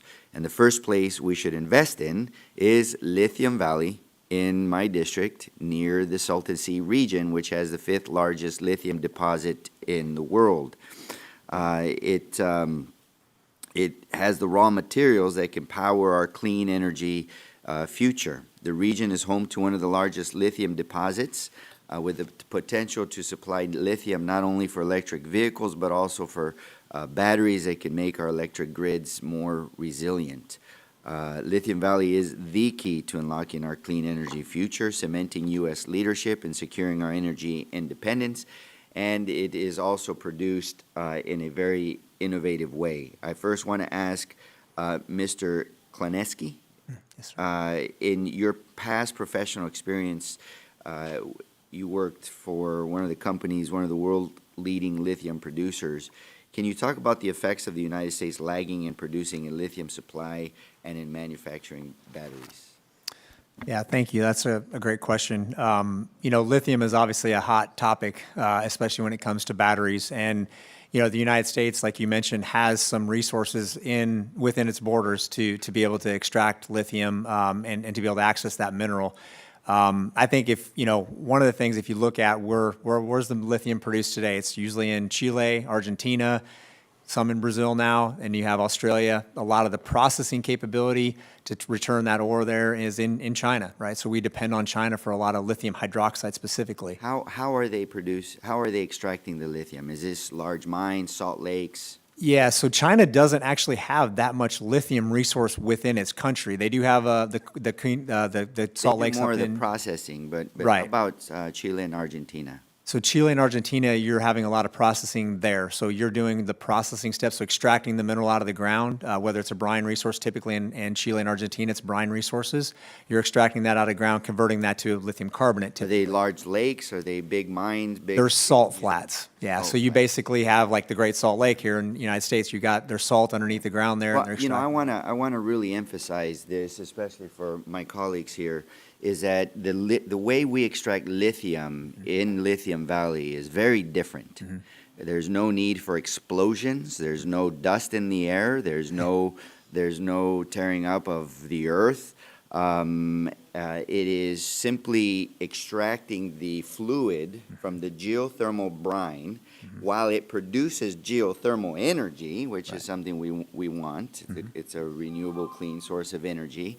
And they filter out the lithium and other rare earth and other material, and the footprint and its carbon emission is very, very small relative to the other forms of lithium extraction. So this is an innovative and the cleanest way to extract lithium in the world right now, I believe. And in your experience, what is the biggest need that the United States has when it comes to lithium extraction, manufacturing, and battery development? Yeah, I think it first starts with permitting. Making sure that we have a robust permitting system that ensures that we're going to do these things safely and environmentally correct. Once you have the permitting process down, again, there are people that are innovating extensively in this area on how to extract things more environmentally friendly, whether it's not using large, ponds like the South American assets use, and using things like direct lithium extraction that you just outlined, right? It's being able to extract that material out of there efficiently and then put that material back in the ground safely. I'd like to follow up with all of you here, and especially you, because we're developing a tech hub to produce a full supply chain from lithium to battery manufacturing and recycling. And the recycling part is a big component of that as well. It's part of the CHIPS and Science Act, the tech hub that has created great opportunities that we passed last Congress for this industry. So thank you very much. Thank you. The gentleman yields. The chair now recognizes the gentleman from Idaho, Representative Fulcher, for 5 minutes of questioning. Thank you, Mr. Chairman. To the panel, thank you for being here. I'm going to start with Dr. Foss, but would be open to comments from anyone on this. But it is my understanding that in my home state of Idaho, a cobalt mining operation was recently closed, primarily due to pricing pressure. And we talked a lot about China, but in this case, it's my understanding that that pressure was coming out of Congo. And there are questionable processes for both the mining practices and labor there. Of course, first of all, are you familiar with this? Secondly, if so, what is our tools to try to deal with those kind of pressures? I'm aware of the situation with the mine in Idaho. It is correct to think that it's because of lower cobalt prices. Most of the cobalt in the world is produced in the Congo. They've been able to improve efficiencies and expand production. China controls, at this point, most of the cobalt output from the Congo and also most of the processing of cobalt. Is it also true, or do you have an understanding that the processes and the labor are what we would deem as The big issue in the questionable? Congo is what we call informal mining, artisanal mining, and this is true in a lot of countries. Mining is important to the economies. All sorts of people participate, and not all of them participate as employees of recognized Okay, in companies. other words, there's abuses of labor, and there's abuses of probably environmental practices. Yes, Thank you. and it is a very unfortunate thing that everyone is very focused on and trying to correct, but Thank it's you. difficult. Thank you for that. I appreciate it. Let's transfer to Mr. Vincent. A lot of western states have a lot of federal land. And there is a tremendous disconnect, at least from my vantage point, between cooperation between federal and state and private entities. Could I just get you to speak to that for a moment? From your vantage point, what's the best chance we've got to try to improve that, and how do we go about it? Thank you for the question. And I think, you know, there have been some good things that have come out of some of the acts just over the last couple of years here, but a lot of that is being erased by the contradiction of in the lack of coordination between agencies. I mean, we've identified that we want to try and stabilize our domestic supply chain, yet we've got Department of Interior and primarily the Bureau of Land Management that is going out there elevating conservation over our multiple use policies that have been in place for many, many years that makes it that much more difficult. In some cases, impossible. You look at mineral withdrawals that are proposed and enacted for areas So in this case, and not to rush you, but I am short on time. It's you. Am I understanding that you see a coordination problem, federal to federal? Very much so. All right, thank you for that. I appreciate the insight. Mr. Stratt, you're the attorney in the room. We're trying to figure out creative ways to get access to some of these minerals. We've got a ton of it in the West. We've got a ton of it in my state, all across the board. Land swaps. Any comments on that? Is that a strategy that we should be looking at to try to do with the theory that private or even state, we can have some channels where we can bypass some of the processes and or at least make them more streamlined? You ever thought about that? Comment?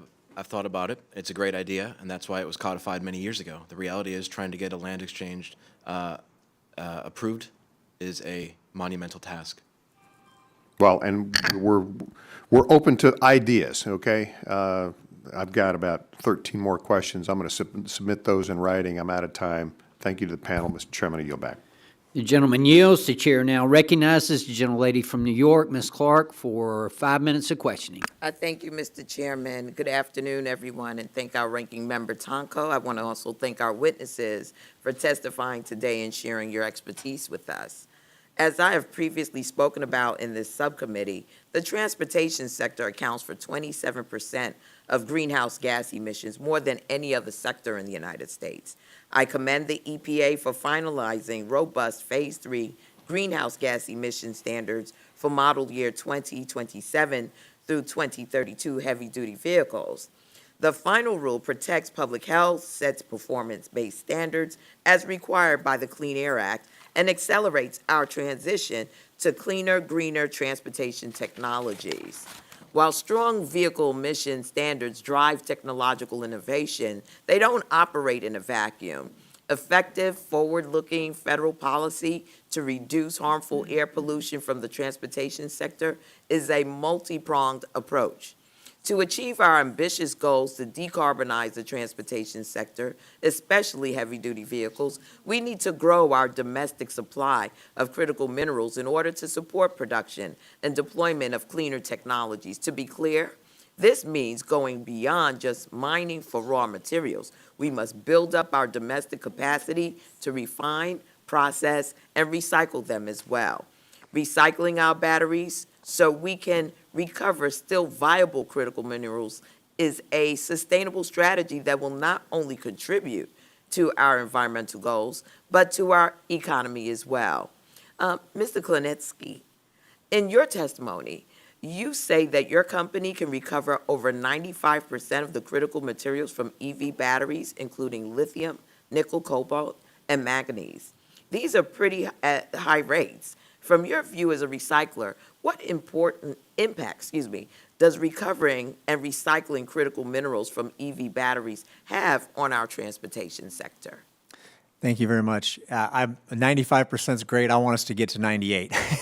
We're working hard on innovating how we continue to extract even more and recover more and more of those metals. I think the overall impact that it will have is it's going to, do a couple things. It's going to drive down carbon emissions, so we obviously will reduce tailpipe emissions if we continue to recover these metals and promote electric vehicles. It will drive the cost of these materials down as well because we're able to actually recover them in the United States and in our borders. And that just creates a better opportunity for us to be able to manage the overall cost picture of how we manufacture these materials. And I think, when you look at it holistically, having a closed loop supply chain, it reduces our dependence on foreign entities. And it could be friendly, it could be FTA countries, it could be non-FTA countries, but it reduces our dependence on that and allows us to create jobs and economic impact and activity within the United States. So having those materials here and recycling them creates that opportunity. I agree, and thank you. Being able to source more critical mineral content for EV batteries domestically is a win for everyone. In your testimony, you mentioned that if we don't recycle the batteries from the cars on the road, they will end up back in China. Can you please explain how not investing in battery recycling would present a missed opportunity for our vehicle electrification goals? Yeah, absolutely. If you think about the time, energy, and money spent to extract these minerals from the earth, it takes a lot of time. We've all heard that today. It takes a lot of energy and money. If we don't recover those materials, where are they going to go? They're either going to go back to China because China wants those materials. Every single kilogram that we produce, they'll take all of that and they'll keep it within their borders, or we're not going to put it in a landfill, right? It seems kind of silly to do all this work and then send that battery back to a landfill and let it sit there and degrade, right? Which would not be a good thing environmentally nor for our economy. So I think those are some of the aspects we have to think about, which I think the recycling piece of this creates that closed loop. Again, lithium, nickel, cobalt, manganese, all these metals we're talking about, they don't evaporate. They're not a fossil fuel. They don't evaporate. They actually can be reused over and over and over again. So that recovery rate that we talked about at the beginning is absolutely critical to show and demonstrate that we can, again, lithium can be used for decades, right, if we can recover it and recycle those materials. Very well, thank you. I agree that battery recycling must be a part of our clean transportation future, and I'm looking forward to working on policies that grow and support this industry. With that, Mr. Chairman, I yield back the balance of my time. The gentlelady yields back. The chair now recognizes the gentleman, the gentleman from Texas, Representative Pfluger, for 5 minutes of questioning. Thank you, Mr. Chairman. I thank the witnesses. I'll take a quick point of personal privilege. Oftentimes, we don't get a chance to say thanks to those that support us.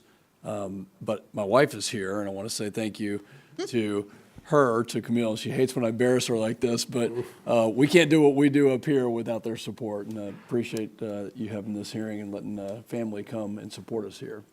Thank you. I might pay for that one later. Dr. Foss, I'll start with you on, there was when we look at, there's misconceptions, I think, about this energy transition, and shifting away from legacy fuels and including oil and gas. I represent the Permian Basin and nuclear power, that somehow that shift would ease the global energy security concerns that we have. And there's several questions in here, but maybe talk to us about picking our friends in different countries for critical minerals and what that does to maybe exacerbate or cause additional security problems like we saw with fossil fuels as well. For a very, very long time, we've worked really, really hard to support oil and gas supply chains, oil and natural gas supply chains. And for natural gas, it's been critical pipelines to deliver gas out of new areas like the Caspian region, as well as liquefied natural gas to deliver globally. And we've had great successes with that in terms of building confidence in the markets, developing partners, understanding where and how we need to apply security measures and so on. And those are different molecules, of course, but basically two commodities. Now we have 50. that come from different places, different locations, have different properties, different realities, different markets, different prices, and lots of different trade routes. And it's not anything that is, has been well mapped out. And I want to share with you all that for our part at the Baker Institute, I and a colleague have been collaborating with Department of Defense on planning. We are participating in war games. I have one coming up in August. I don't like the phrase minerals wars. I think that's a terrible phrase that is starting to roll around on this. But we face very sensitive locations for trade that we're going to rely on until we have sufficient capacity coming from either domestic sources, recycling, closed loops, all of those kinds of things that are going to take decades to build. Not enough time in 5 minutes to go through this. And Baker Institute, by the way, does a phenomenal job of energy security and thinking about it.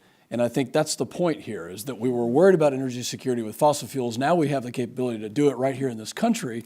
Let's talk about critical minerals and how that, and I'll move on to Mr. Stratt a little bit on permitting. I know in your testimony you've mentioned some concerns about permitting, but if we want to avoid those pitfalls of being dependent on other countries, and especially adversarial nations, then what do we need to do? What are the key points to avoid a 7 to 9 year timeline, which is just unbelievable that we have that here for permitting to be able to domestically produce critical minerals? We need a clear schedule and process for the processing of an application. Applicants should know what to expect and when to expect it. And I think what's getting lost in a lot of these conversations is that federal law supports the extraction of these minerals for the benefit of our nation. Mm-hmm. The programs that an application goes through, the regulatory programs, are intended to allow the use subject to compliance with certain standards and mitigation measures and environmental controls. And it's shifted to what feels like an absolute discretionary process that has shifted away from the underlying policy of the laws. Discretionary. That term has come up so often in so many hearings that this committee has had, whether it's EPA or other agencies that are discretionary, using discretionary measures. Mr. Vincent, do you feel like we are competing against the U.S. government? And I'll ask that question to all of you. Are we competing against the U.S. government? I think we can do a much better job of coordinating from agency to agency. I would like to respond, to the getting these products from our friends. Friends or not, you can guarantee it's not going to be done as environmentally responsible. It's not benefiting us economically. We don't get those jobs. And if what's driving a lot of these things, particularly with the inputs to batteries and renewable energy, how environmentally responsible is it to be shipping things across the world from Australia when we can be producing these things right in our own backyard? My time has expired. Great discussion. We have more questions we'll submit to you. Thank you. I yield back. The gentleman yields. The chair now recognizes the gentlelady from Illinois, Representative Sikowski, for 5 minutes of questioning.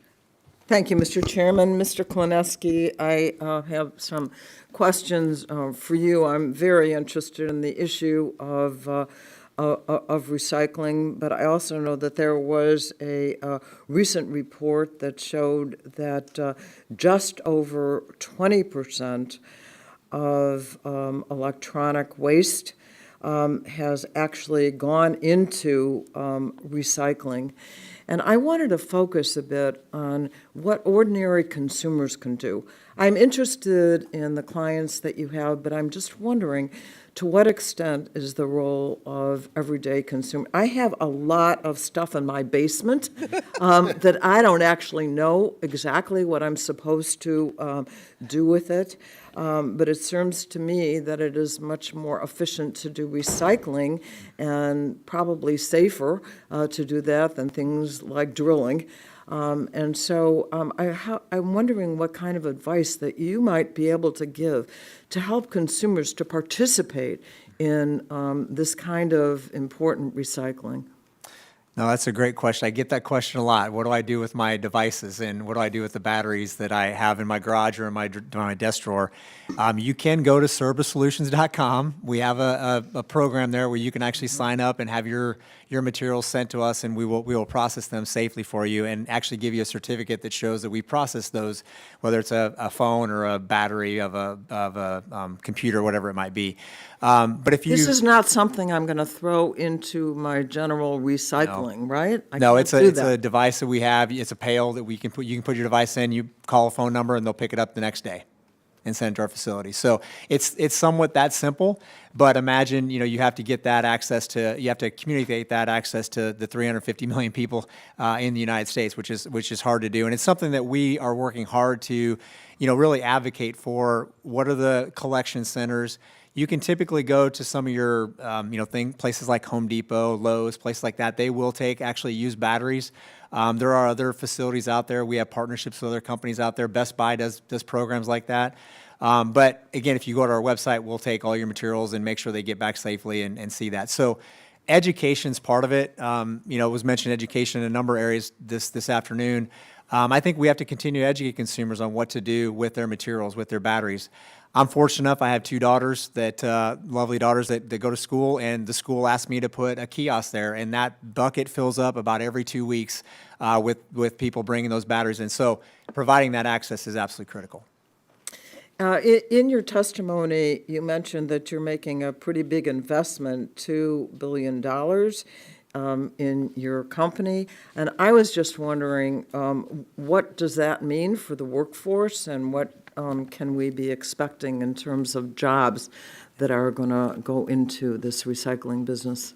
Yeah, no, absolutely. With that investment comes jobs. And in our facility in Ohio that we're expanding currently today as we speak, with some of the funding from the infrastructure law that was passed, we're going to create another 150 jobs in a small community of Lancaster, Ohio, which is a pretty significant increase in jobs there. These are generational jobs that will last for a very, very long time, good paying jobs. We have great programs, great benefits and training. The facility we're going to build in South Carolina will create over 350 jobs. And as we look to expand, it's almost kind of that model. Every facility that we build is in that 300 to 500 job level of new jobs that don't exist today. These are brand new jobs that will go into the manufacturing economy. Thank you for that, and then we wish you good luck, because I certainly want to see. I don't know if there's who to ask this of, but I am concerned, for example, when we go to DRC for critical minerals, do we have, or any place else around the world, do we have any obligation on how the workers are treated? DRC has a bad history of child labor, et cetera. They're not the only one that struggles with good practices. A lot of the countries that we worry about have the same challenges. And it's cultural. It's cultural, it's social, it's deep, and it's difficult to fix. And what we're trying to do, along with our partners and allies, is try to bring best practices into these places. Get people to understand what it means to operate responsibly, how they can bring new technology into the picture. But it is really difficult, and it is a long, long haul. Thank you. And with that, I'm going to yield back. The gentlelady yields. The chair now recognizes the gentleman from Michigan, Representative James, for 5 minutes of questioning. Thank you, Mr. Chairman. Ladies and gentlemen of the committee, I want to express my gratitude to the House Energy and Commerce Committee for the opportunity to participate in the hearing today, and I'd also like to thank the witnesses for coming to the Capitol today. I know it's very hot, and you have a lot of other things that you're committed to, but this is of vital importance to the American people and to our futures, and I appreciate your service to your nation in your long careers, and also being here today. We're here to discuss the future of America's critical mineral supplies, and I'd like to focus specifically on nickel for a moment. As highlighted in a recent article by Michigan Country Lines, the Eagle Mine in Michigan's Upper Peninsula stands as the only active nickel mine in the United States.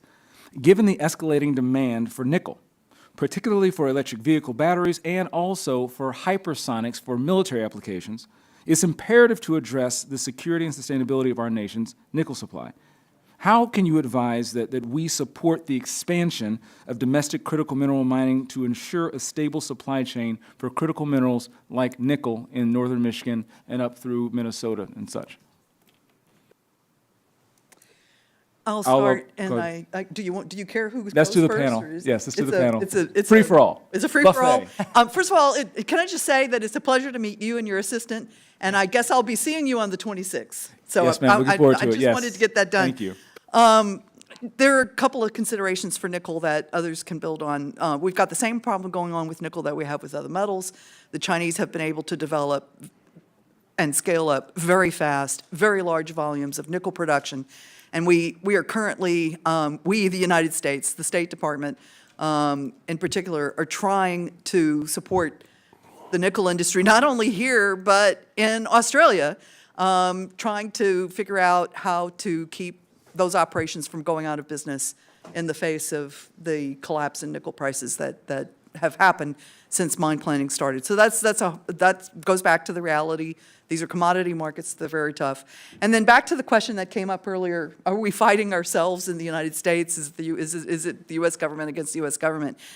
It's really hard, and I'm going to say this, and because probably Matt and others won't want to say this, but it's really, really difficult to talk to people in the mining businesses, mining, processing, smelting, refining, whatever, and have them be told, on the one hand, they're very important. We need them for all of the new technologies that are trying to be developed, for the big business in your state in Michigan, for autos, electric vehicles, and so on and so forth. But then not to support them when it comes time to actually being able to move forward, not only with permits that are in hand, but to execute on the permits that are in hand to develop operations. So there is a mixed message going out to the mining businesses, not only in the United States, but in Canada.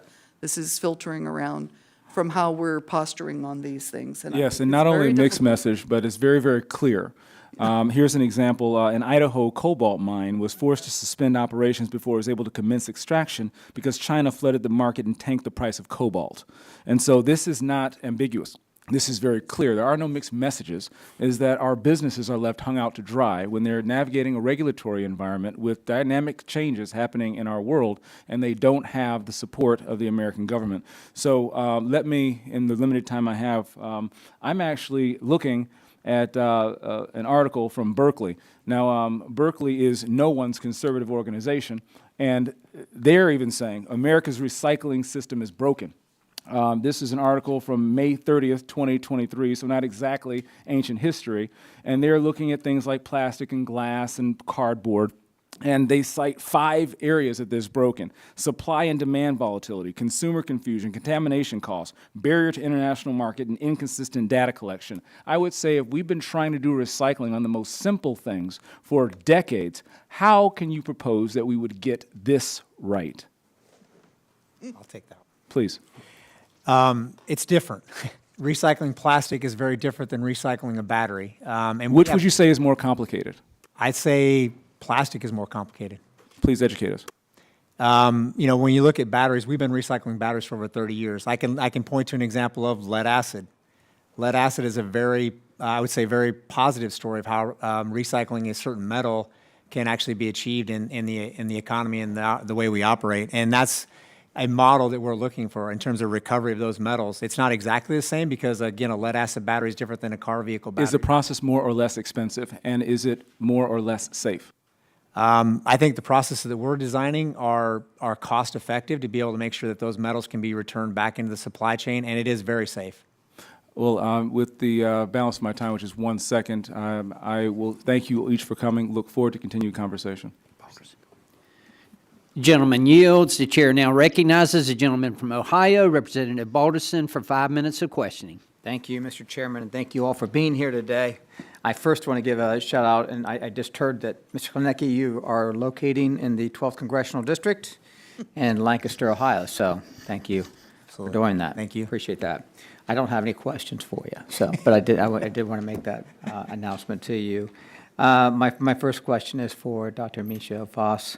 Electric vehicle adoption is a key demand driver for critical minerals. Has a less step demand trend for EVs put downward pressure on commodity prices? First question. And what challenges does that present for the new projects, particularly in North America? I'm sorry, can you repeat the first question? Yes, ma'am. Has a less steep demand trend for EVs put downward pressure on commodity prices? First question. And what challenges does that present for new projects, particularly in North America? So yes, in part, the slowdown in sales, the difficulty with adoption and other things, the slower rates of growth, the confusion in the auto industry as a result of that definitely are helping to bring down commodity prices, along with all of the expansions in capacity with the associated metals. There's been a tremendous amount of hype about this. And then second of all, does it undermine projects? Well, of course. I mean, you're investing on the basis of a belief or, a set of assumptions about what it will be your demand drivers. If the demand drivers don't materialize, well, then clearly there's an issue. Thank you. Well done. Appreciate that. My next question is for Mr. Straight. Mr. Straight, some of my colleagues have mentioned the so-called Inflation Reduction Act. It's almost been 2 years since the IRA was signed into law. I'm curious, given your practical experience in permitting and financing projects to help build the future of this country, and what did we get for all the taxpayer dollars the federal government spent with this bill? In terms of permitting, I haven't seen much of an effect. I've read the IRA, and what comes through is a real focus on production and processing, and I think that's been echoed here today. And there was some discussion earlier about why are we talking about permitting. Well, because the supply chain begins with permitting, and if we're not permitting the raw materials, there's nothing to process. And I also want to point out that at times today, there seems to be a suggestion that mining and recycling, it's an either or. It's not. Recycling is a way to avoid sending materials that have already been mined to a landfill or to a competitor. There's still a delta, a demand that needs to be fed. And that's where mining comes in. And the government data shows that the demand is growing rapidly. And that's why mines need to be permitted faster to feed the demand. Follow-up. We've also spent significant resources mapping and identifying these resources in the United States. What are we getting for it? Do you think we're seeing a return on this investment? I'm familiar with the new mapping objectives, and it's great to use new technology to look for new resources that are deeper underground and hidden under cover that have not been explored or noticed before. But I think it's important to point out that the USGS, the United States Geological Survey, one of the oldest agencies in the country, has decades and maybe centuries of data and maps. We know where the materials are. And I think that if there was a real desire to permit them and to develop them, we could call the USGS and they can say, here's 3 meaningful deposits you can focus on. We've seen, follow up with you also, we've seen significant, run around too much. My next question is for Matthew Vinson, sorry, Mr. Vinson. You note some examples of the United States taking positive steps toward addressing our critical minerals and material needs, but you also discussed the many instances of us standing in the way of our own progress. It seems to me like every step we take 1 step forward, we take 2 steps back. Can you expand on how some of these bureaucratic rules and policies, such as the new BLM conservation rule and SAG-GROSS rules, are standing in the way of our progress and reducing our reliance on China? Thank you for the question, Congressman. I mean, I think it's ties right into what Mr. Stratt was saying. I mean, we've got old data showing where deposits are.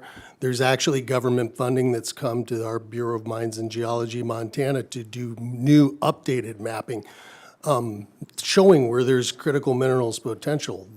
In the case of Montana, there's a proposed conservation area, which would make it exponentially more difficult for us to ever be able to develop that resource. I think another example on the IRA is, 45X goes towards the value-added supply chain, but they leave out mining. Our only platinum and palladium mine in the United States is in Montana, and they're roughly about 50-50 mining and recycling because of the way that's written, and there's still an opportunity to address it because I believe it's in the administration's office right now looking at some changes that can be made, but let's look at the whole supply chain from rock to product, from mine to consumer. Make sure that those facilities are are being incentivized from the ground up, literally. Thank you. Appreciate that. I apologize, Mr. Chairman. I yield back. No worries.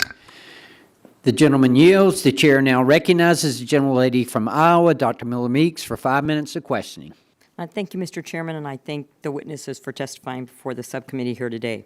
In 2022, 62% of Iowa's total electricity net generation came from wind, the largest power share in any state. Iowa was the second largest wind producer in the nation behind Texas, and that capacity is expected to increase. We also have a variety of renewables, and 50% of our energy is from renewables. However, critical minerals are essential components of renewable technologies. Mr. Stratt, as you stated in your testimony, there are often no substitutes for these materials, and China controls about 70% of the global processing capacity for these minerals, as well as you stated 47% of the mining rights. We know that security in supply chains comes from having diverse options and inputs from multiple sources, but China, a nation who already controls the majority of processing and critical minerals investment, has benefited from these investments in mining operations since the passage of the IRA, while domestic cobalt mines are forced to suspend operations. The United States' strength, competitiveness, and economic dominance came about because we were willing to utilize our own abundant natural resources. In your view, how can we curb the direct benefit to China without jeopardizing the security of our supply chain while we work to reduce our dependence? Thank you for the question. And it's very interesting that you started with wind, because as I was preparing for this hearing, I was thinking about things that I encounter when trying to permit a mine. Oftentimes, a company is trying to permit a mine in an area that has been designated for solar development. The federal government has said this should be used for solar. More and more, there are plans popping up that prioritize wind, and for good reason. As you point out, some parts of the country are great places for wind-generated energy. If we know where the critical materials are in the U.S., and we have a list saying that America needs more and has a shortage, why aren't we going to the maps and the data that says the mines are here? These are the areas that should be prioritized for development. Thank you. I'm going to deviate a little bit because I want to get this question in. Dr. Michaud-Foss, we have highlighted some of the more immediate challenges to our critical mineral supply chain and ways Congress and the administration can begin to work to fortify access to those resources. I'm going to pivot for a moment because I'd like to focus some of my time on seabed mining. This is an issue that has not received as much attention, but could hold some promise. What's the state of seabed mining for critical minerals today, and are you optimistic that American companies will have an opportunity to compete for this resource? China has a long-standing interest in deep-sea mining, and I believe China is positioning itself to be the world leader in this technology to recover minerals from the sea floor. Thank you for putting that on the table. What we have on the seabed is a huge resource, and it has tremendous benefits in purity. So for all of the concern about environmental mitigation, environmental impacts of extracting seabed minerals, you're actually saving on the processing side because you're removing almost pure metal. It's a very, very interesting resource to consider. Unfortunately, the International Seabed Authority, which is the keeper of the keys on rulemaking, permitting for seabed development, was not able to reach an agreement. There's a lot of unhappiness about whether or not to extract from seabed resources. The Europeans have proposed a ban. There are various issues like that. There are projects underway in territorial waters. Those governments are moving forward, Cook Islands, Solomon, and so on. There are American companies with a lot of technology kit around this, and I'm happy to say that we have a lot of them in Houston because the overlap between the offshore oil and gas businesses and marine mining are very, very robust and very lively. They're convinced, we've looked at it, we can do this safely. And because of the benefits on the processing side, it's very alluring, but it's a tough one to talk about. We are seeing some movement in support of it, though. Thank you. And then, Mr. Vincent, I think you've mentioned that the IEA estimates the demand for key minerals such as lithium, cobalt, copper, rare earth elements will grow by 40 times the current demand by 2040, yet the United States produces less than 2% of global lithium supply. What can Montana and other parts of the U.S. do to fill the domestic upstream supply and then midstream supply chain? Thank you for the question. Lithium's one of the few minerals that we don't have a lot of in Montana, but domestically, we have lots of it. I believe the congressman from California alluded to the opportunity they have there. I mean, it just goes back to what we've been talking about. Better coordination, more certain permitting, and extending the incentives that go for the upper end of the value chain, starting from the ground up. Thank you very much. Sounds like we need to do more mining and process in the U.S. We would do it more environmentally friendly and wouldn't use child labor. Thank you. Oh, she's waving on. The gentlelady yields. The chair now recognizes the gentleman from Texas, Representative Crenshaw, for 5 minutes of questioning. Thank you, Mr. Chairman. Thank you to our witnesses. I want to point out, I think, two overarching themes. One is considering the environmental trade-offs between certain forms of energy production based on the material inputs required to create that energy production. So we'll get into that. But regardless of how you answer that question, the reality remains that critical minerals are a necessity for modern life. Everything from semiconductors to automobiles to life-saving medical equipment to manufactured goods to cutting-edge military technologies, they all require these critical minerals, and they require that they be mined and processed somewhere. I noticed that my colleagues and radical environmentalist allies love to talk about this utopian future where everything, or all the world's energy demand is met by a massive amount of wind and solar farms with a massive build-out of transmission lines and grid-scale batteries that don't really exist yet. But they don't want to talk about in that energy transition is the trade-offs and the massive expansion of mining worldwide that's required to make that happen. Worth noting, just as an example, just a statistical example, data point, an offshore wind plant has 13 times more material resources than a gas-fired plant producing the same amount of energy. That's not an insignificant fact. That's a significant fact. The International Energy Agency's projections show that in 2040, demand for critical minerals like lithium and graphite will increase by 4,200% and 2,500%, respectively. Demand for cobalt and nickel also expected to dramatically increase. And so we have to ask ourselves, what's our plan here? Are we going to import it all from China? I hope that's not our answer. It shouldn't be, especially since we don't really have to. No reasonable person would believe that you should enact policies that actually increase the need for critical minerals while also making it harder to mine them. That's a crazy thing to think, but people think it anyway. We need to be able to build things, and we need our policy to actually reflect that reality. You know, it's one thing to import televisions from South Korea. It's completely different to rely primarily on China for critical minerals that are critical to our national security and our ability to live a modern lifestyle. So we're not striking that balance. It takes 7 to 10 years to permit a new mine here in the U.S. It takes other developed economies like Canada 2 to 3 years. I think that's pretty shameful. I think we can do a lot better. Dr. Foss, I have a question for you, and welcome. It's great to see you, fellow Houstonian. I know we've talked about this before. When you, in your analysis, and when you include all the additional mining, processing, and land use requirements of renewables, in addition to the transportation and storage needs for the energy transition to happen, is it really that obvious that that transition has a positive environmental impact? Mr. Crenshaw, good to see you. We're struggling with that question right now, and from the looks now, based on the data we have, and we don't have much, in fact, it's a substantially larger footprint, and we have to acknowledge that and deal with it. People worry about emissions. In the current state of the world, with the amount of tonnage that we produce, the mining industry with processing and finishing of metals right now constitutes anywhere from 11 to 17% of greenhouse gas emissions, depending on where it's located, what sources of energy it uses, logistics, all of that kind of thing. To enlarge that slice of the pie that I put in my testimony, to grow that, to displace fossil fuel production, will obviously put a lot of pressure on the environmental impacts associated with mining. We need to manage those. We think we can. We can mine responsibly, but the fact of the matter is we have to deal with it. Yeah, and that's pretty wild that your answer wasn't even, we're not sure. Your answer is it might even be bigger.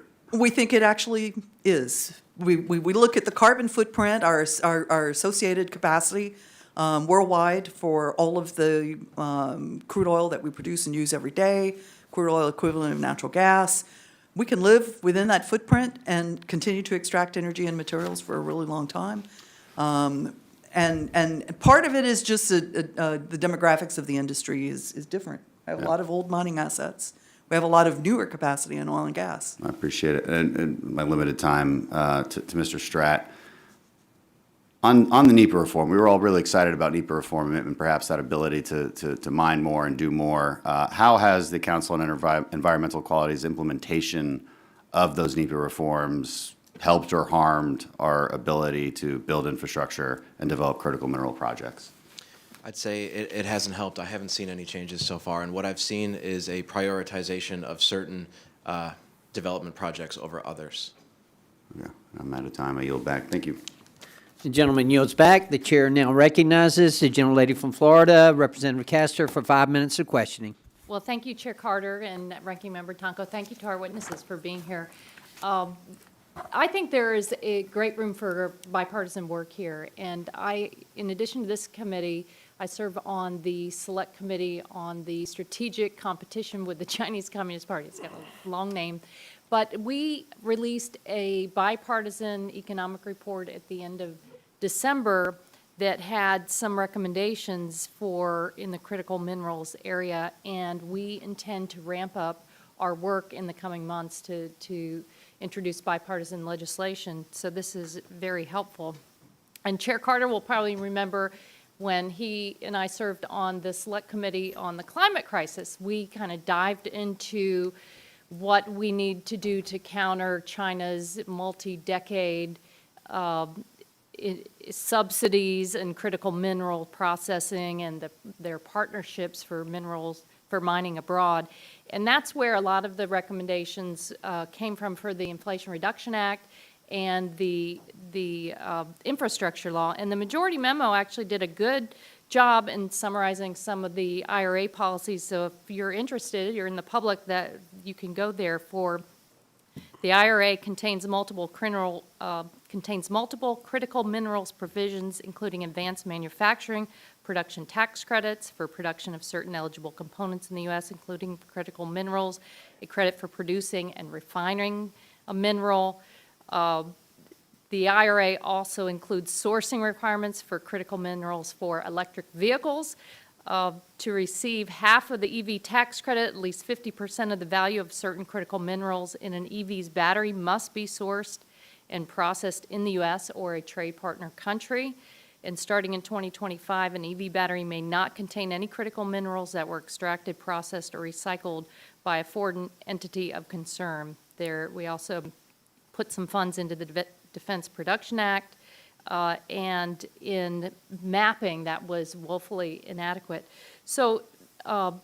Klinecki, I heard you say that these have helped you accelerate your investments in recycling. It's not all going to be just mining. We really want to ramp up the recycling. Can you go a little deeper into those, how the IRA tax credits and other new provisions are helping you? And then where are the gaps? As we look forward and want to develop more bipartisan solutions here, what else should we be doing? Doubling down on what's happening or adding something new?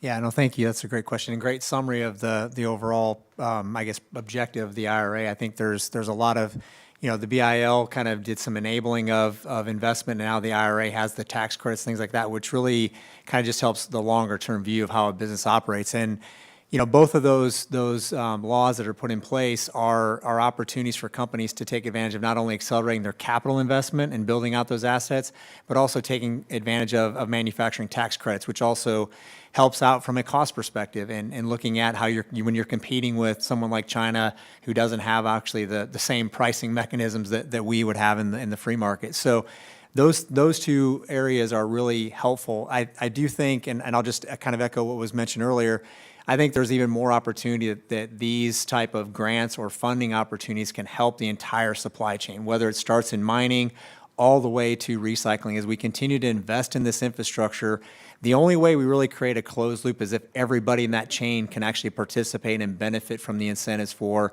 these programs. And I think there's opportunities for us to continue to expand on that in the future, and that will also help the United States be much more competitive and also create that closed loop domestic supply chain that we're talking about.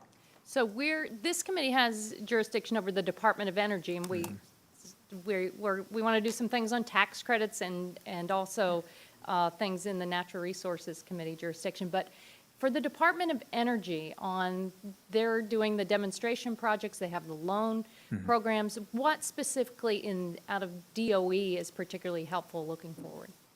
Yeah, I think supporting manufacturing efforts and building out those assets in North America is really where DOA's helped us. They've been a great partner with us, and we continue to work with them on other grant opportunities that we have as we expand out our asset base. This like $2 billion is a lot of money to be investing for a company our size, and having the support from the DOE to see that gap and that need is there for companies like Service Solutions is really, really helpful. I just want to comment one thing you mentioned about this being bipartisan. This is a national security issue. This isn't one side of the aisle or the other side of the aisle's issue that we've got in front of us. This is a national security issue, and I think everybody working together, the United States is a really good country. We do a lot of really things well, and if we all work together, I think that creates a huge opportunity for our country going forward in the future. Thank you for that. I agree. Now yield back. Thank you. Gentlelady yields. Anyone else?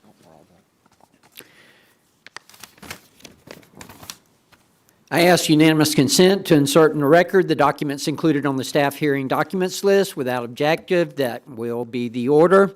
I remind members that they have 10 business days to submit questions for the record, and I ask the witnesses to respond to the questions promptly.